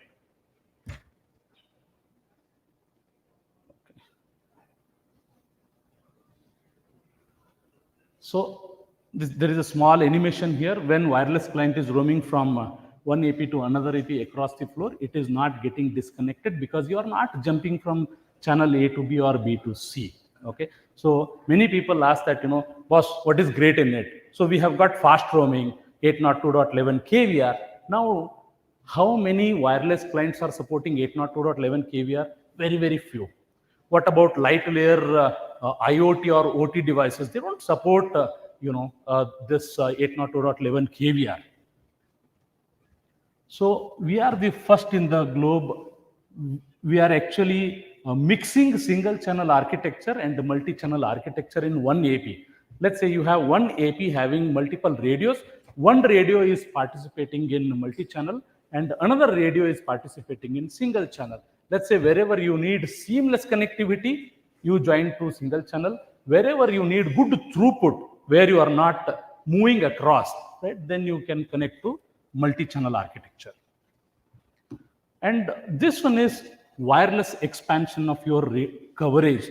Let's say this particular area is covered and you have got 3 APs directly connected to the switches, and you want to expand RF coverage somewhere in the corner, right? You don't have to lay a cable from your switch to that particular point. You can just bring two APs and power it on, and they are connected to the connected APs wirelessly. Okay, so this is how you can expand your wireless coverage without actually, physical cables. So in wireless also, we have got a zero touch recovery. If AP goes down, no worries, you can ask any human resource to replace it.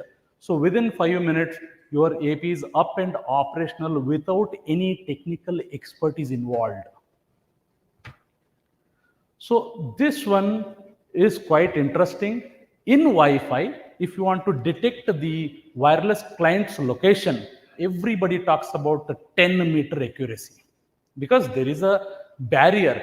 We have broken that barrier and we have developed vector-based area detection technology, which will give you kind of a 1 to 2 meter accuracy in detecting the wireless client.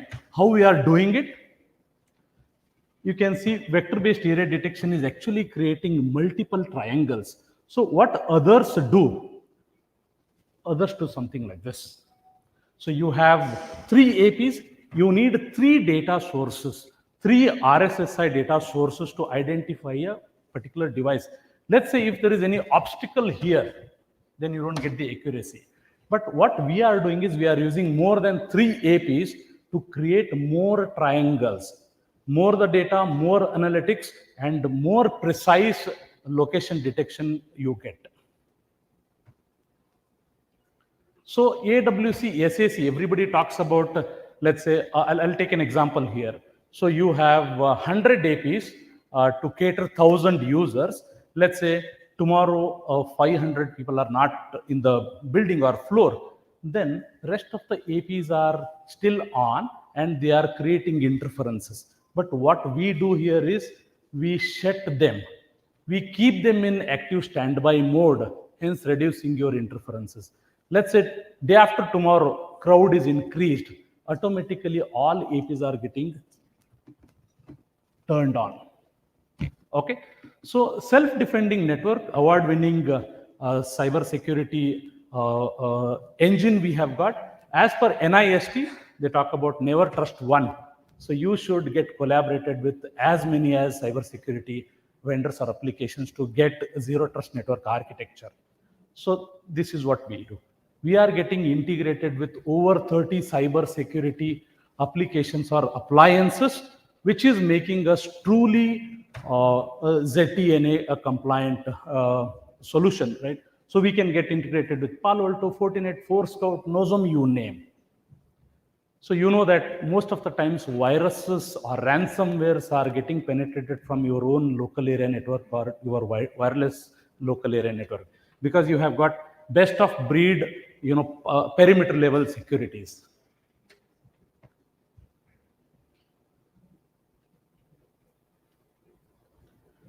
So this is a typical cybersecurity attack and response trend. Let's say you have infected device which is getting connected to your LAN, and that is getting spreaded across your network. The basic functionality of switch is to broadcast, right? Then you have perimeter level security device, which is Palo Alto in this case, and Palo Alto detects and sends an alert to your SOC engineer.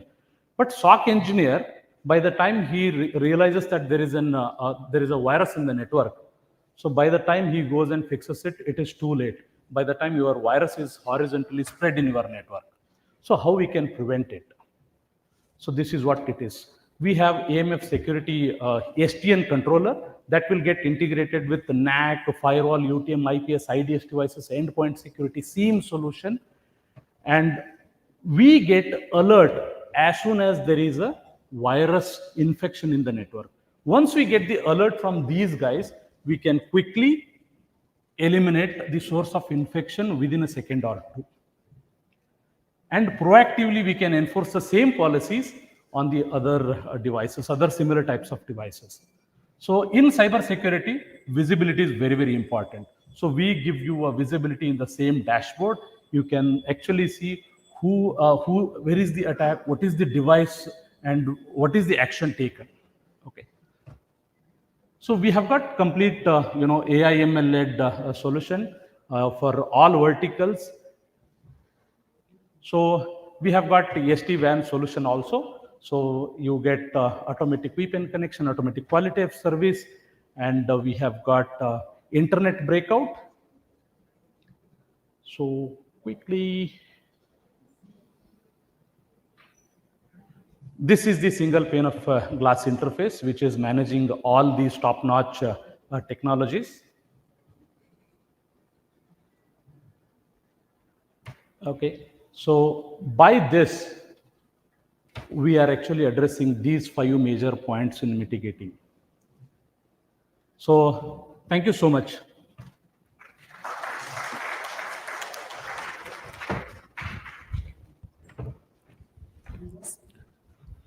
Thank you, sir. Thank you, Mr. Sachin, for sharing all your experience all over. And now, to call up in the stage for the next page, I want to invite our next speaker, Mr. Shomeshwar Chakraborty, GM of CP Plus, to share his presentation over there. And I want to say some of the few lines about Mr. Chakraborty over there, who has been a collaborative leader with more than 18 years of experience encompassing the fields of IT and security and surveillance, and has undertaken various leadership roles and ROI analysis. He is proactive and a creative professional with a demonstrated record of achievement in conceiving and implementing ideas that fuel marketplace presence and drive to revenue and profit. So have you on the stage, please. One more time, give a big round of applause for GM of CP Plus, Mr. Someshwar Chakraborty, for the next page.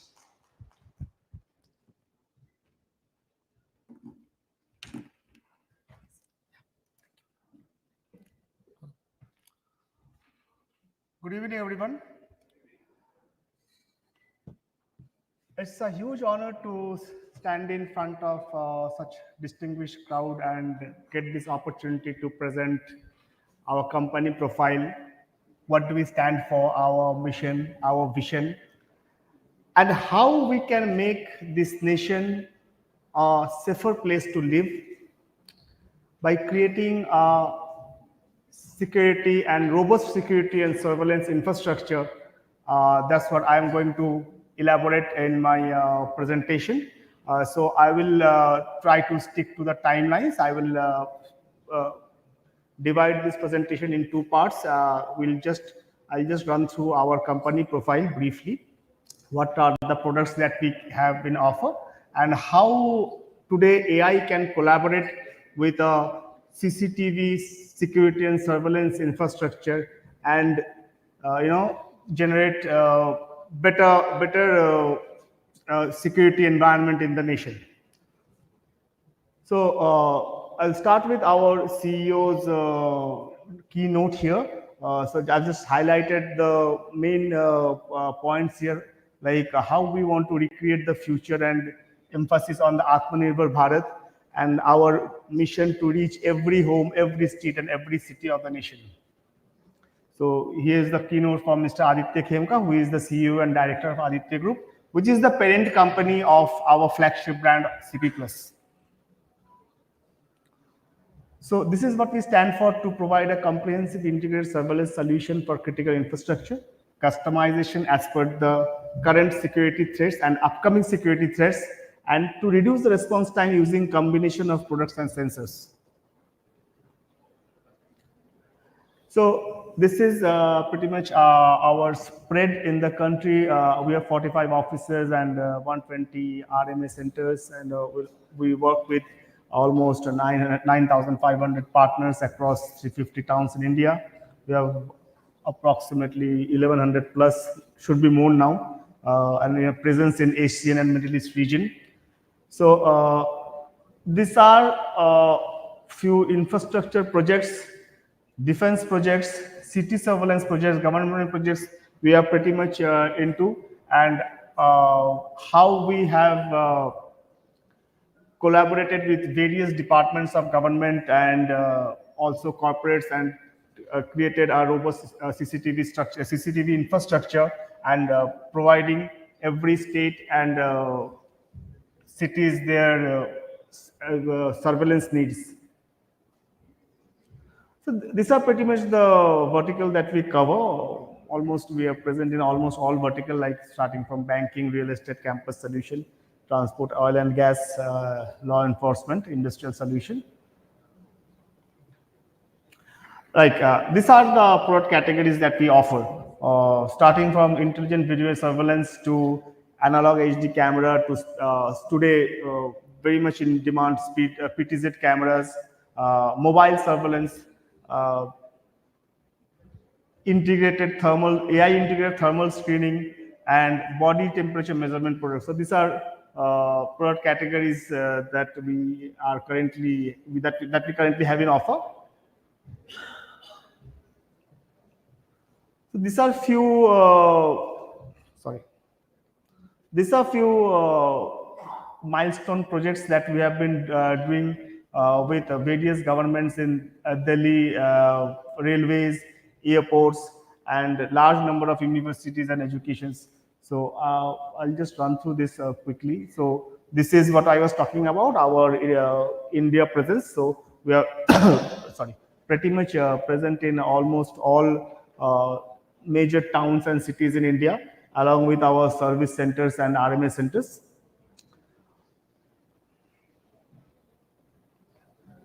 So this is our international presence directly and indirectly through our exports and through our channel partners there in pretty much in all over Asia mostly, and a few parts of Africa and Asian countries, few parts of Europe as well.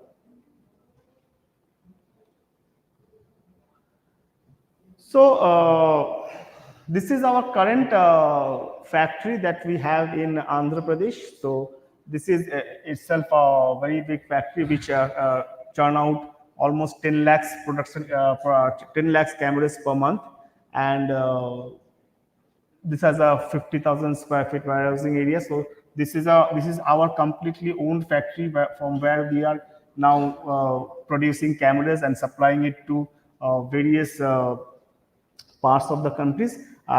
So good news is we have invested in setting up a facility which is going to be outside China, going to be the largest CCTV producing factory in the world.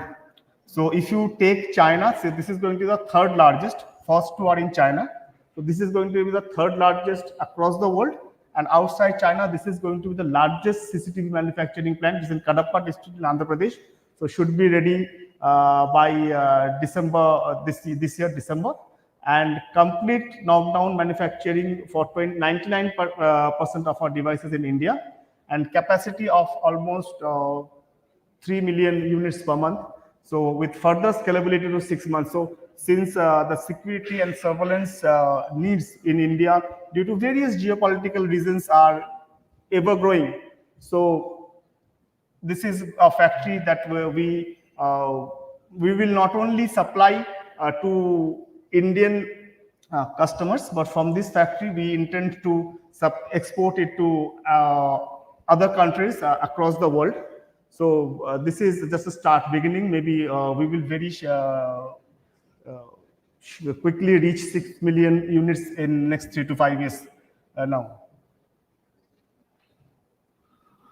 So currently video surveillance challenges that we have. So this is a very not a very mature industry yet in India. So it has its own challenges. So we face indigenous platforms, network and bandwidth requirements are with new cameras coming up, high-end cameras, with AI-enabled cameras. So ever increasing requirement of network and bandwidth. Data storage, another important factor. Data management, data analysis. So these three are very key factor in today's world. Lifetime sustenance and maintenance of the system with minimum downtime. And biggest challenge that we also face here is adequately qualified skilled workforce in this industry. So as I was saying, so though global projections are very huge for this industry, but it has taken its own time because of various reasons, COVID and all those various reasons. It has taken its own time to evolve and to grow at a pace So now, from past 2 years, because of a lot of government initiatives, the space has picked up. So, but these challenges still remain, and we will see in next slides how we intend to overcome these challenges. So, since this forum is mainly for AI, and so I will try to explain how artificial intelligence we can collaborate with a CCTV and surveillance infrastructure, and what benefit we can reap through it. So, in a surveillance world, AI refers to a simulation of human intelligence in machines that are programmed to think like humans and mimic their actions. So this is a pretty much something that we all know what AI is in a very basic terms. But we will see in coming slides how we can integrate these AI features with our products, our cameras. So in surveillance industry, this is what we very much look upon from artificial intelligence: better planning in safety and security of public, innovation and development of new technology for defense, smooth and fast law enforcement management at micro level, lesser human intervention to make precise and foolproof system, understanding the need of developed smart cities to manage traffic, parking, and crowd, better transportation system with zero tolerance accident. Intrusion detection, abandoned object and unattended object, and virtual fencing, facial detection, recognition, and notification, of course, human behavior understanding by detection, classification, and tracking, driver safety and traffic discipline management, number plate recognition for traffic and crime prevention. This is again very popular technology that has come up recently.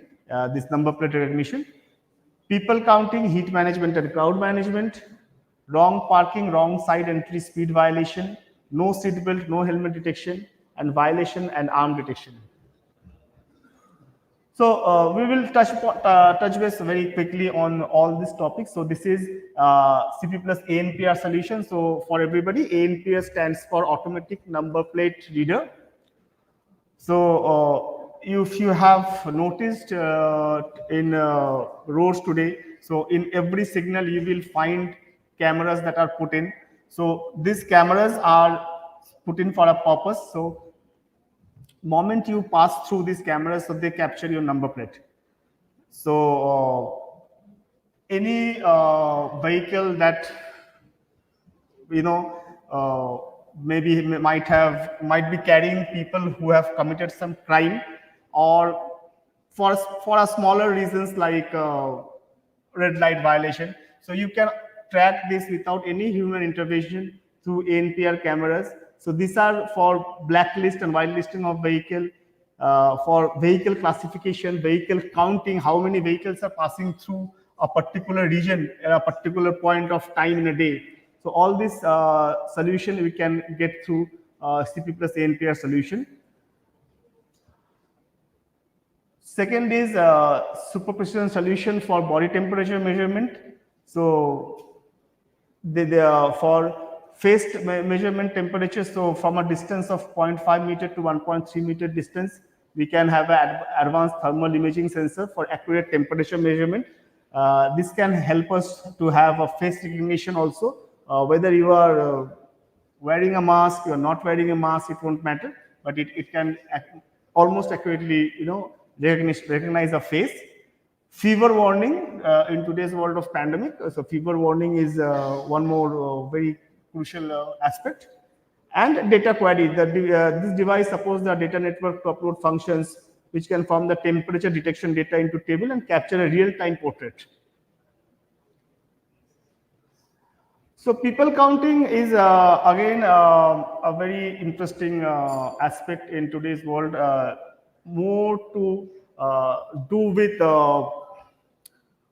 business part of it, how CCTV and surveillance infrastructure can help you to increase your business. So These are mostly used in shopping malls to track what is the traffic flow in the malls in a particular part of the day or a particular day of the week, on in which segment the most footfall is there and at what time. So this can help people to create a database and analyze the data to reach to a conclusion that which part of the day they should focus on which segment of products.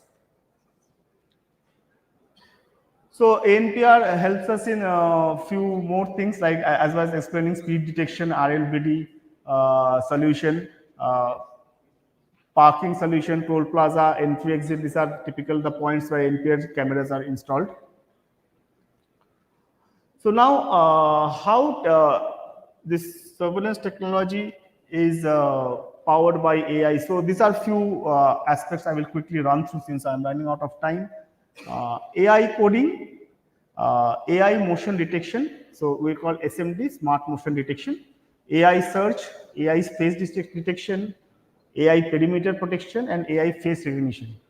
So, sorry. As I was explaining earlier, so today the biggest challenge is how to manage data, and since the data requirement is ever increasing and bandwidth requirement is ever increasing, and we now need cameras and all gadgets which are more and more technologically upgraded, but they will in turn consume more data and more bandwidth, of course. So this is done through AI coding, which is typically in our language called H.265 coding, wherein your typical data requirement and bandwidth requirement reduces by 50% than normal coding. So these are specific codings for saving 50% bandwidth and storage cost with H.265 encoding in our these are in recorders, of course.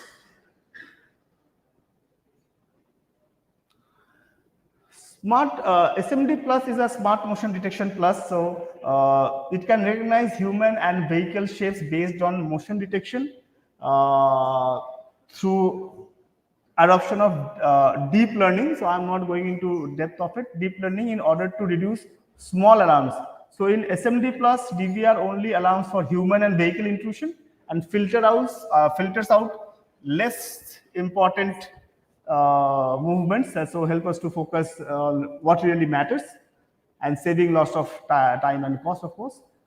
Perimeter protection is an intelligent analysis based on tripwire area intrusion. It sends alarm only when intrusion is triggered by human or vehicle, saving user again from unnecessary actions caused by false alarms like maybe cats and smaller animals. So this is a intelligent analysis system. So face recognition I have already covered partly. So since I'm running out of time, so these are few face recognition technologies, AI based. So that pretty much sums up my presentation today. Thank you, VAR India, for providing this opportunity. Thank you, everyone.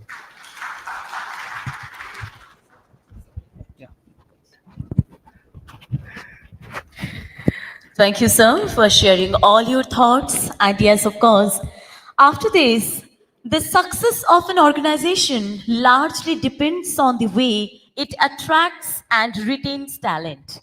In today's competitive landscape, where there is a shortage of skilled worker, organizations need to find innovative ways to attract the best talent.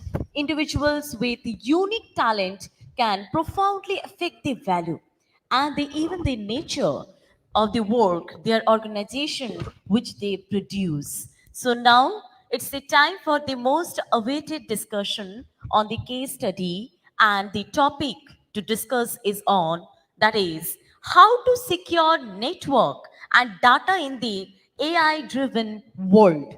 So now we will go for in this new era of advanced technologies and innovations, companies have to constantly adapt to the changing needs, that is plan, that is create strategies, invest and maintain their day-to-day operations. So now to moderate this session, may I request Dr. Deepak Kumar Shahu, Chief Editor, VARINDIA, to take the center stage and take the discussion ahead. I'm requesting all of you to please have attention over there. And before leaving the stage, I want to announce a special announcement for all of you that after completing the review form, you have got the review form, right? So please submit it and get some exciting gift at Allied Telesis stall. Okay, you have to just submit this review form to Allied Telesis stall, and you will get an exciting gift also from you. Okay, so let's have enjoy this session, please, sir. Yeah.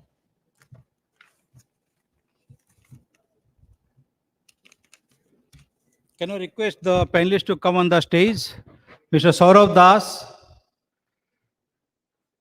Group Chief and Digital IT, Rupa and Company. Mr. Krupaditi Sarkar, Group CIO, Ambuja Neotia. Ms. Minal Bhagat, Co-founder, Ansonic Computech. Mr. Sanjeev Sinha, President, IT and Digitalization, India Power Corporation. And Mr. Siddharth Sinhal, Associate Vice President, Smart Manufacturing, Simcon Digital and Megatherm ITS.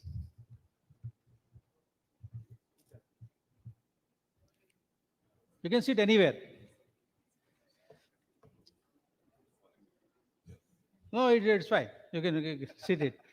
Let's give the chance to others to identify Pehchan Kaun. Anyway, to start with, it is not a traditional case study. So there is a problem every day we are facing in our organization.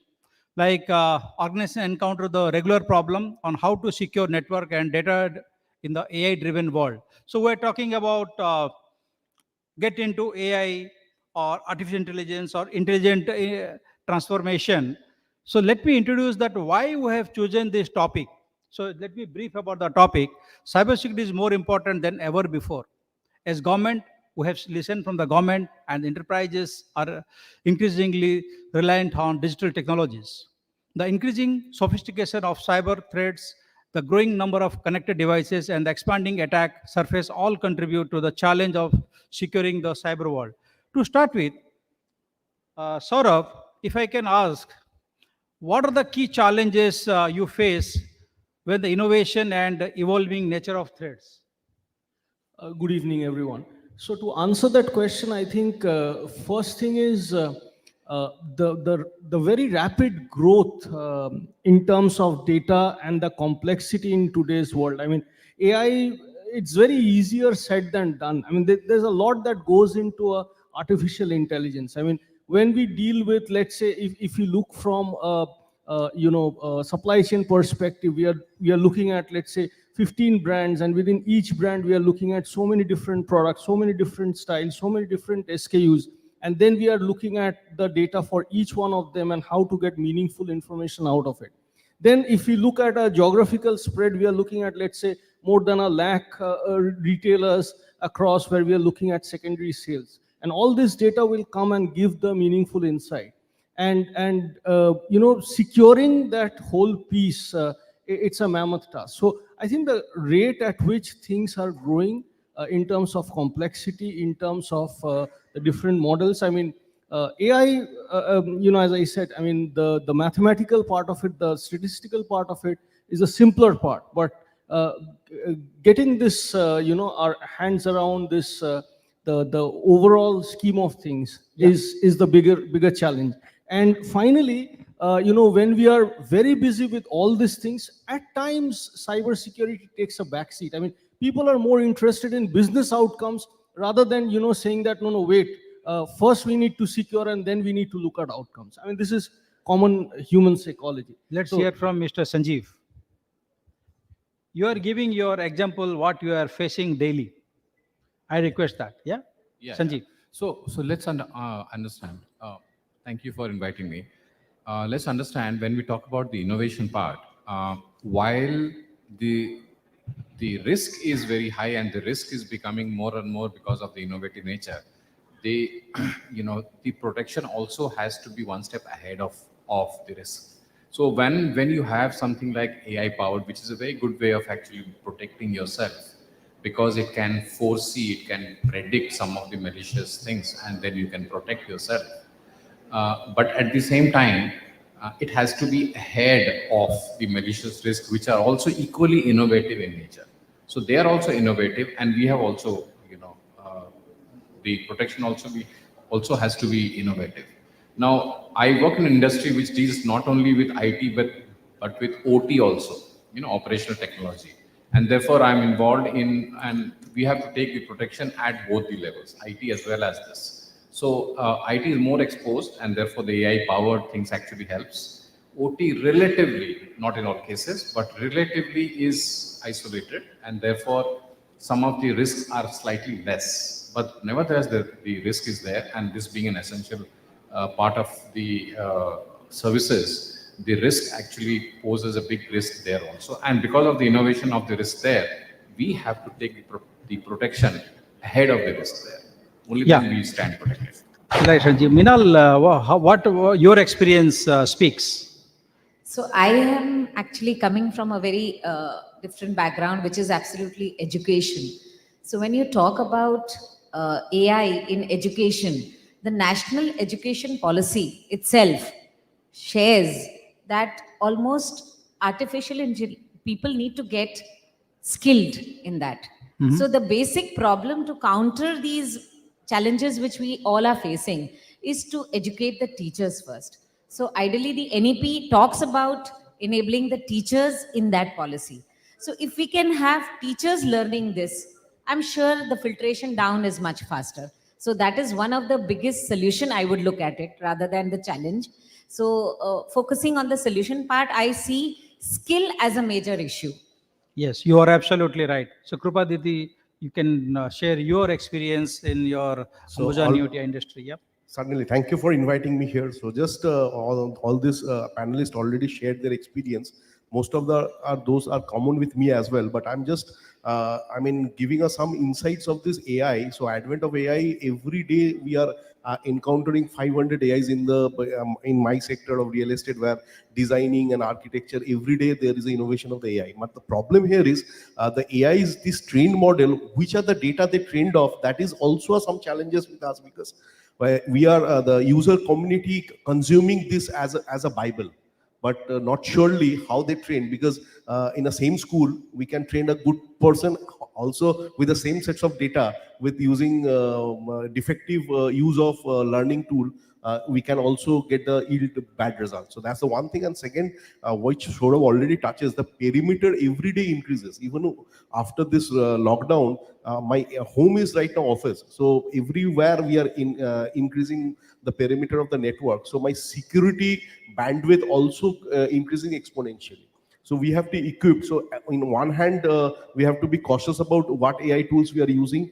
And secondly, we have to also embrace those AI as a technology, because otherwise manpower cannot control this exponential growth of the perimeter. So it is a challenge between both hands, leverage the best out of it, and also sensitive about the risk. Wonderful. Siddharth, you run a company, like you are into chip industry. You develop the chip for AI and many machine learning, all things. Okay. Can you share your experience in just 2 minutes? So if you talk about everything is depend on every data is getting transferred on the cloud.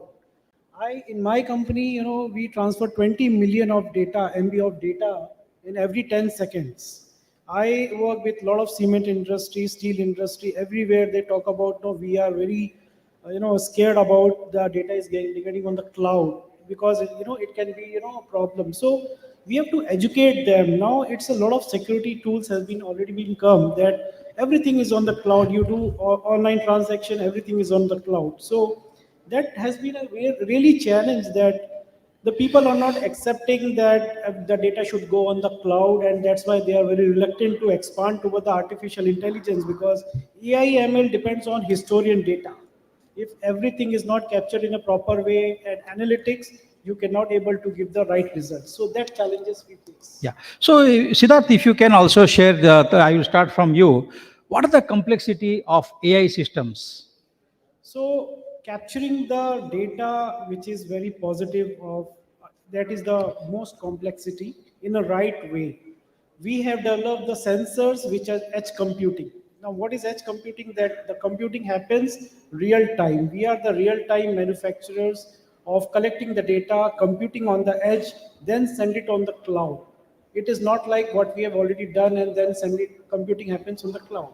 So that's the AI. There are a lot of companies who do that, just collection of the data, but we are not, what classification of data is important. Wonderful. Yeah, you are right. Mr. Sarkar. So I already stated something. So we need this AI. Every day there is coming into onboarded few of the AI tools on the market. So we need some of the certification or credential check by the some of the authority who can actually give some credit score to those AIs based on the either feedback or the testing, or some testing lab should have tested this beforehand, other than the owner or publisher of that particular AI. Because otherwise, blindfoldedly trusting a AI just to adopt AI, because there are few user communities which are every day. I'm as a CIO, I'm facing challenge every day. Say there is an AI which actually make my life easy. I'm not sure with how they confirmed whether it is making their life easy or they are just under the illusion. So that's one thing. That's there should be some of the governing body who should actually vetted those AI before even they are ready to consume. You are right. Saurabh. So I think before the business side of things where we use AI, we should also use AI on the defense side of things. So when we are protecting our endpoints, when we are protecting our perimeter, in that defense also AI should be there. That's one. And secondly, as Kripa also mentioned, I think there should be some kind of a security rating on all the AIs that we keep on, because today it's becoming more like a commodity. Everyone is consuming it. Yeah, Sanjeev. Yeah, so AI systems work based on the past data. So one of the major complications or complexities is that if the past data is not correct, sometimes the past data also has been maliciously inserted just to mislead the AI systems. Then your results will also be misled.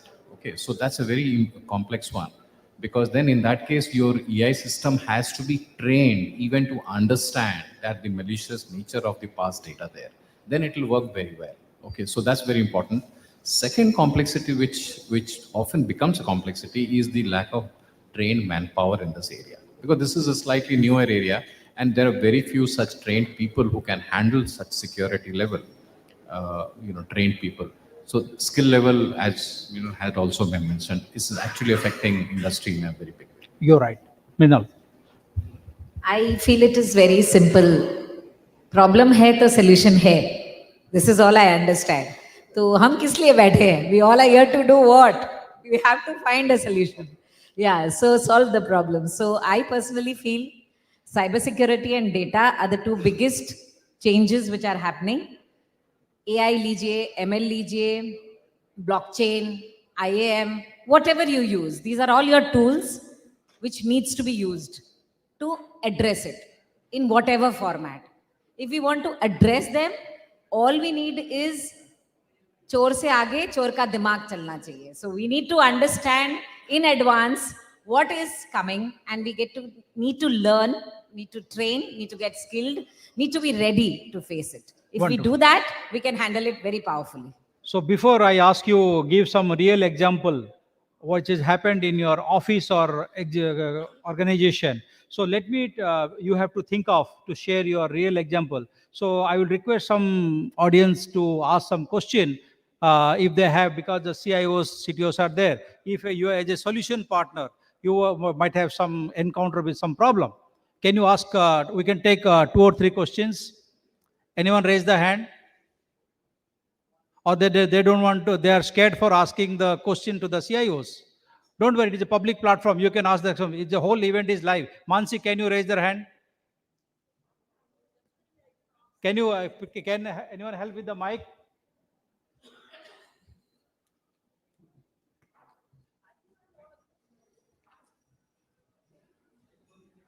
Your regular problem. Hope they will have a solution for that. anything specifically, Kripadito, you are doing for ZTNA? You want some specific answer, or how I look it? Definitely, after that, I will go and approach you. That is why. You just shoot two questions together. Yeah. It will be answer me better. So, is there any second part of the question? Yes. What is that? Just first part you answer, the second part will be coming. So, answer is yes. The second part will be definitely the appointment from your side. Okay. So I'm. No, actually, so from the security side, yes, on zero trust or what you said, certainly it is look forward to. Everybody is apprehending that we try to become. It's a catch-22. So it's a cat and mouse race. So you're right, rightly pointed out as a CIO. Everywhere, it's my top priority agenda to be a zero trust organization for me, because we are also in healthcare. So healthcare data is most of the privacy data.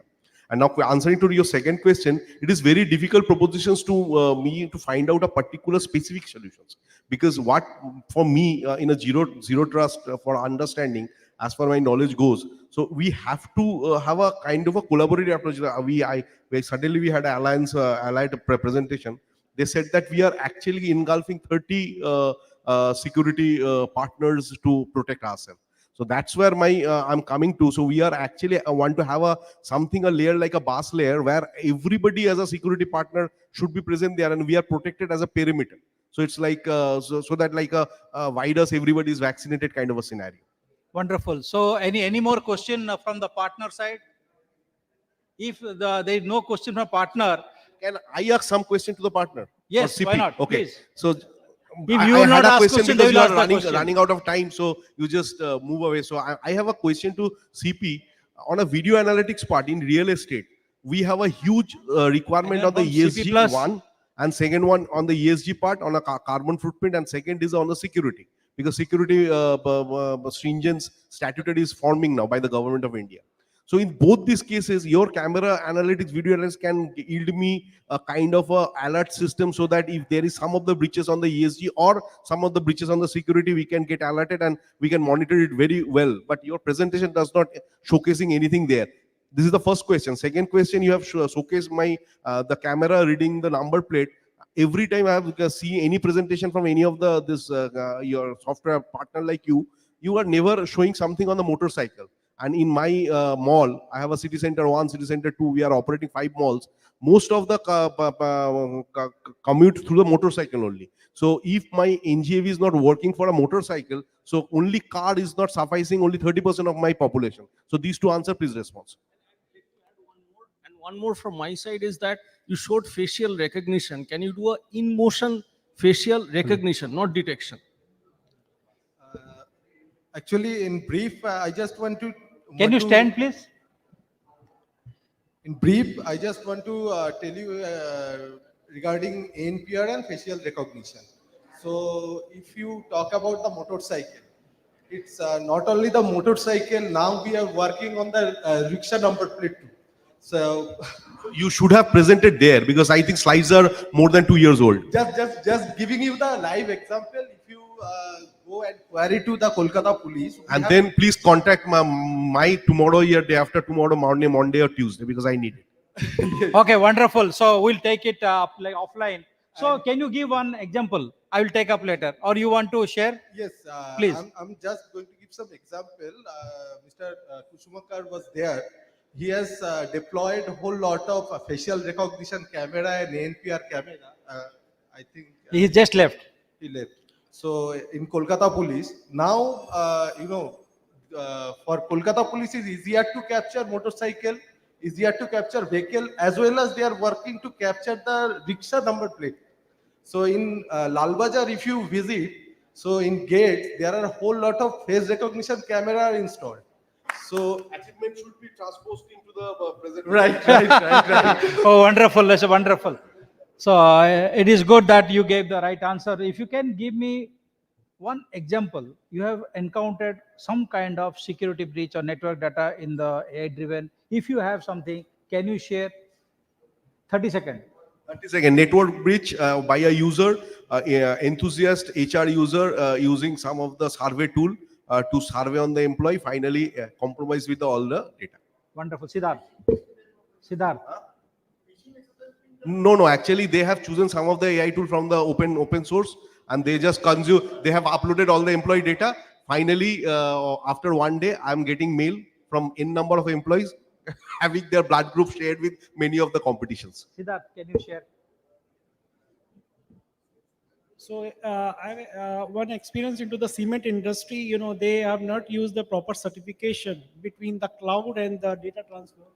So that's the biggest loophole which I have seen in the, they've used a local census. They have taken the immediate decision to adopt the AIML, and they face the consequences. Wonderful. Saurabh. So data that's put up on a statutory website and it gets siphoned out from there. Okay. Sanjeev. Statutory, mind you. Yeah, I know. But you don't want to give any example on your organization. Okay, Sanjeev will say. No major breach reported, but one thing I would like to highlight, I talked about IT and OT, which is both are very important here.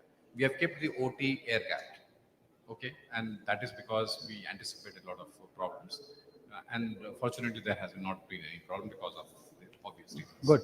Minal. So I have no major breaches, but personally my phone got hacked. Wonderful. That's what happened with me. And when it got hacked, 2-3 people paid money also. And honestly speaking, sir was here from the IPS. I had taken the help of cybercrime department, and they really helped me very well. This last point of Aadhaar authentication, which they said, it was very important, because per day a person can take away 10,000 rupees from your Aadhaar bank account. So that was something which I came to know, and after that I started doing a lot of protection. So the protection starts from me first. Wonderful. So thank you. You have given a wonderful input. So I have a different key takeaway. So securing network and data security is the AI-driven world is a complex and challenge task. AI-powered applications and systems are increasingly being used in all aspects of our lives, from healthcare to finance to transportation. This increased reliance and AI has led to an increased risk of cyber attacks. So thank you very much for joining the session. Thank you very much. Thank you. We have a group photograph. Please. Thank you. Thank you, sir.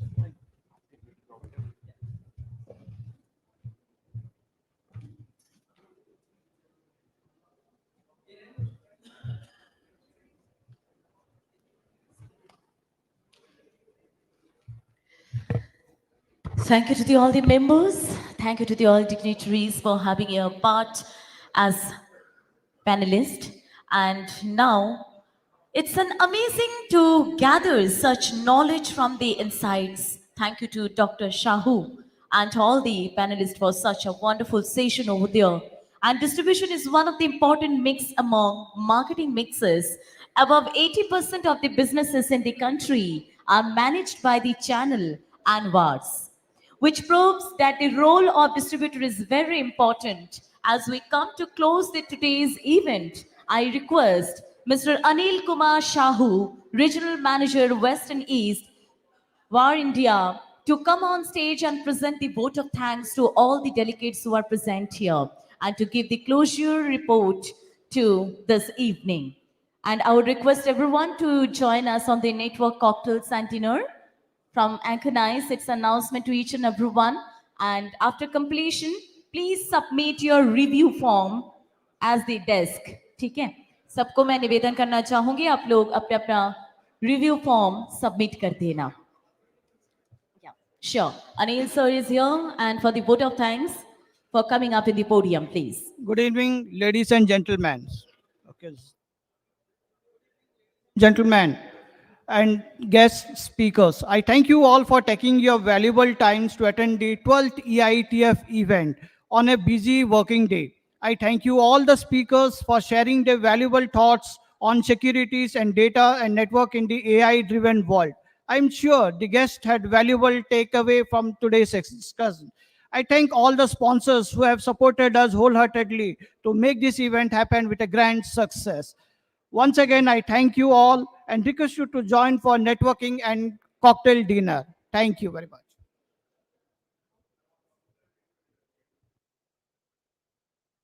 Thank you. Check, check. Check, check, check. Check. Thank you everyone for attending this session. On behalf of VARINDIA, thank you so much. From Anchonize, thank you so much everyone for joining us once again. Good night. See you soon once again. Thank you so much.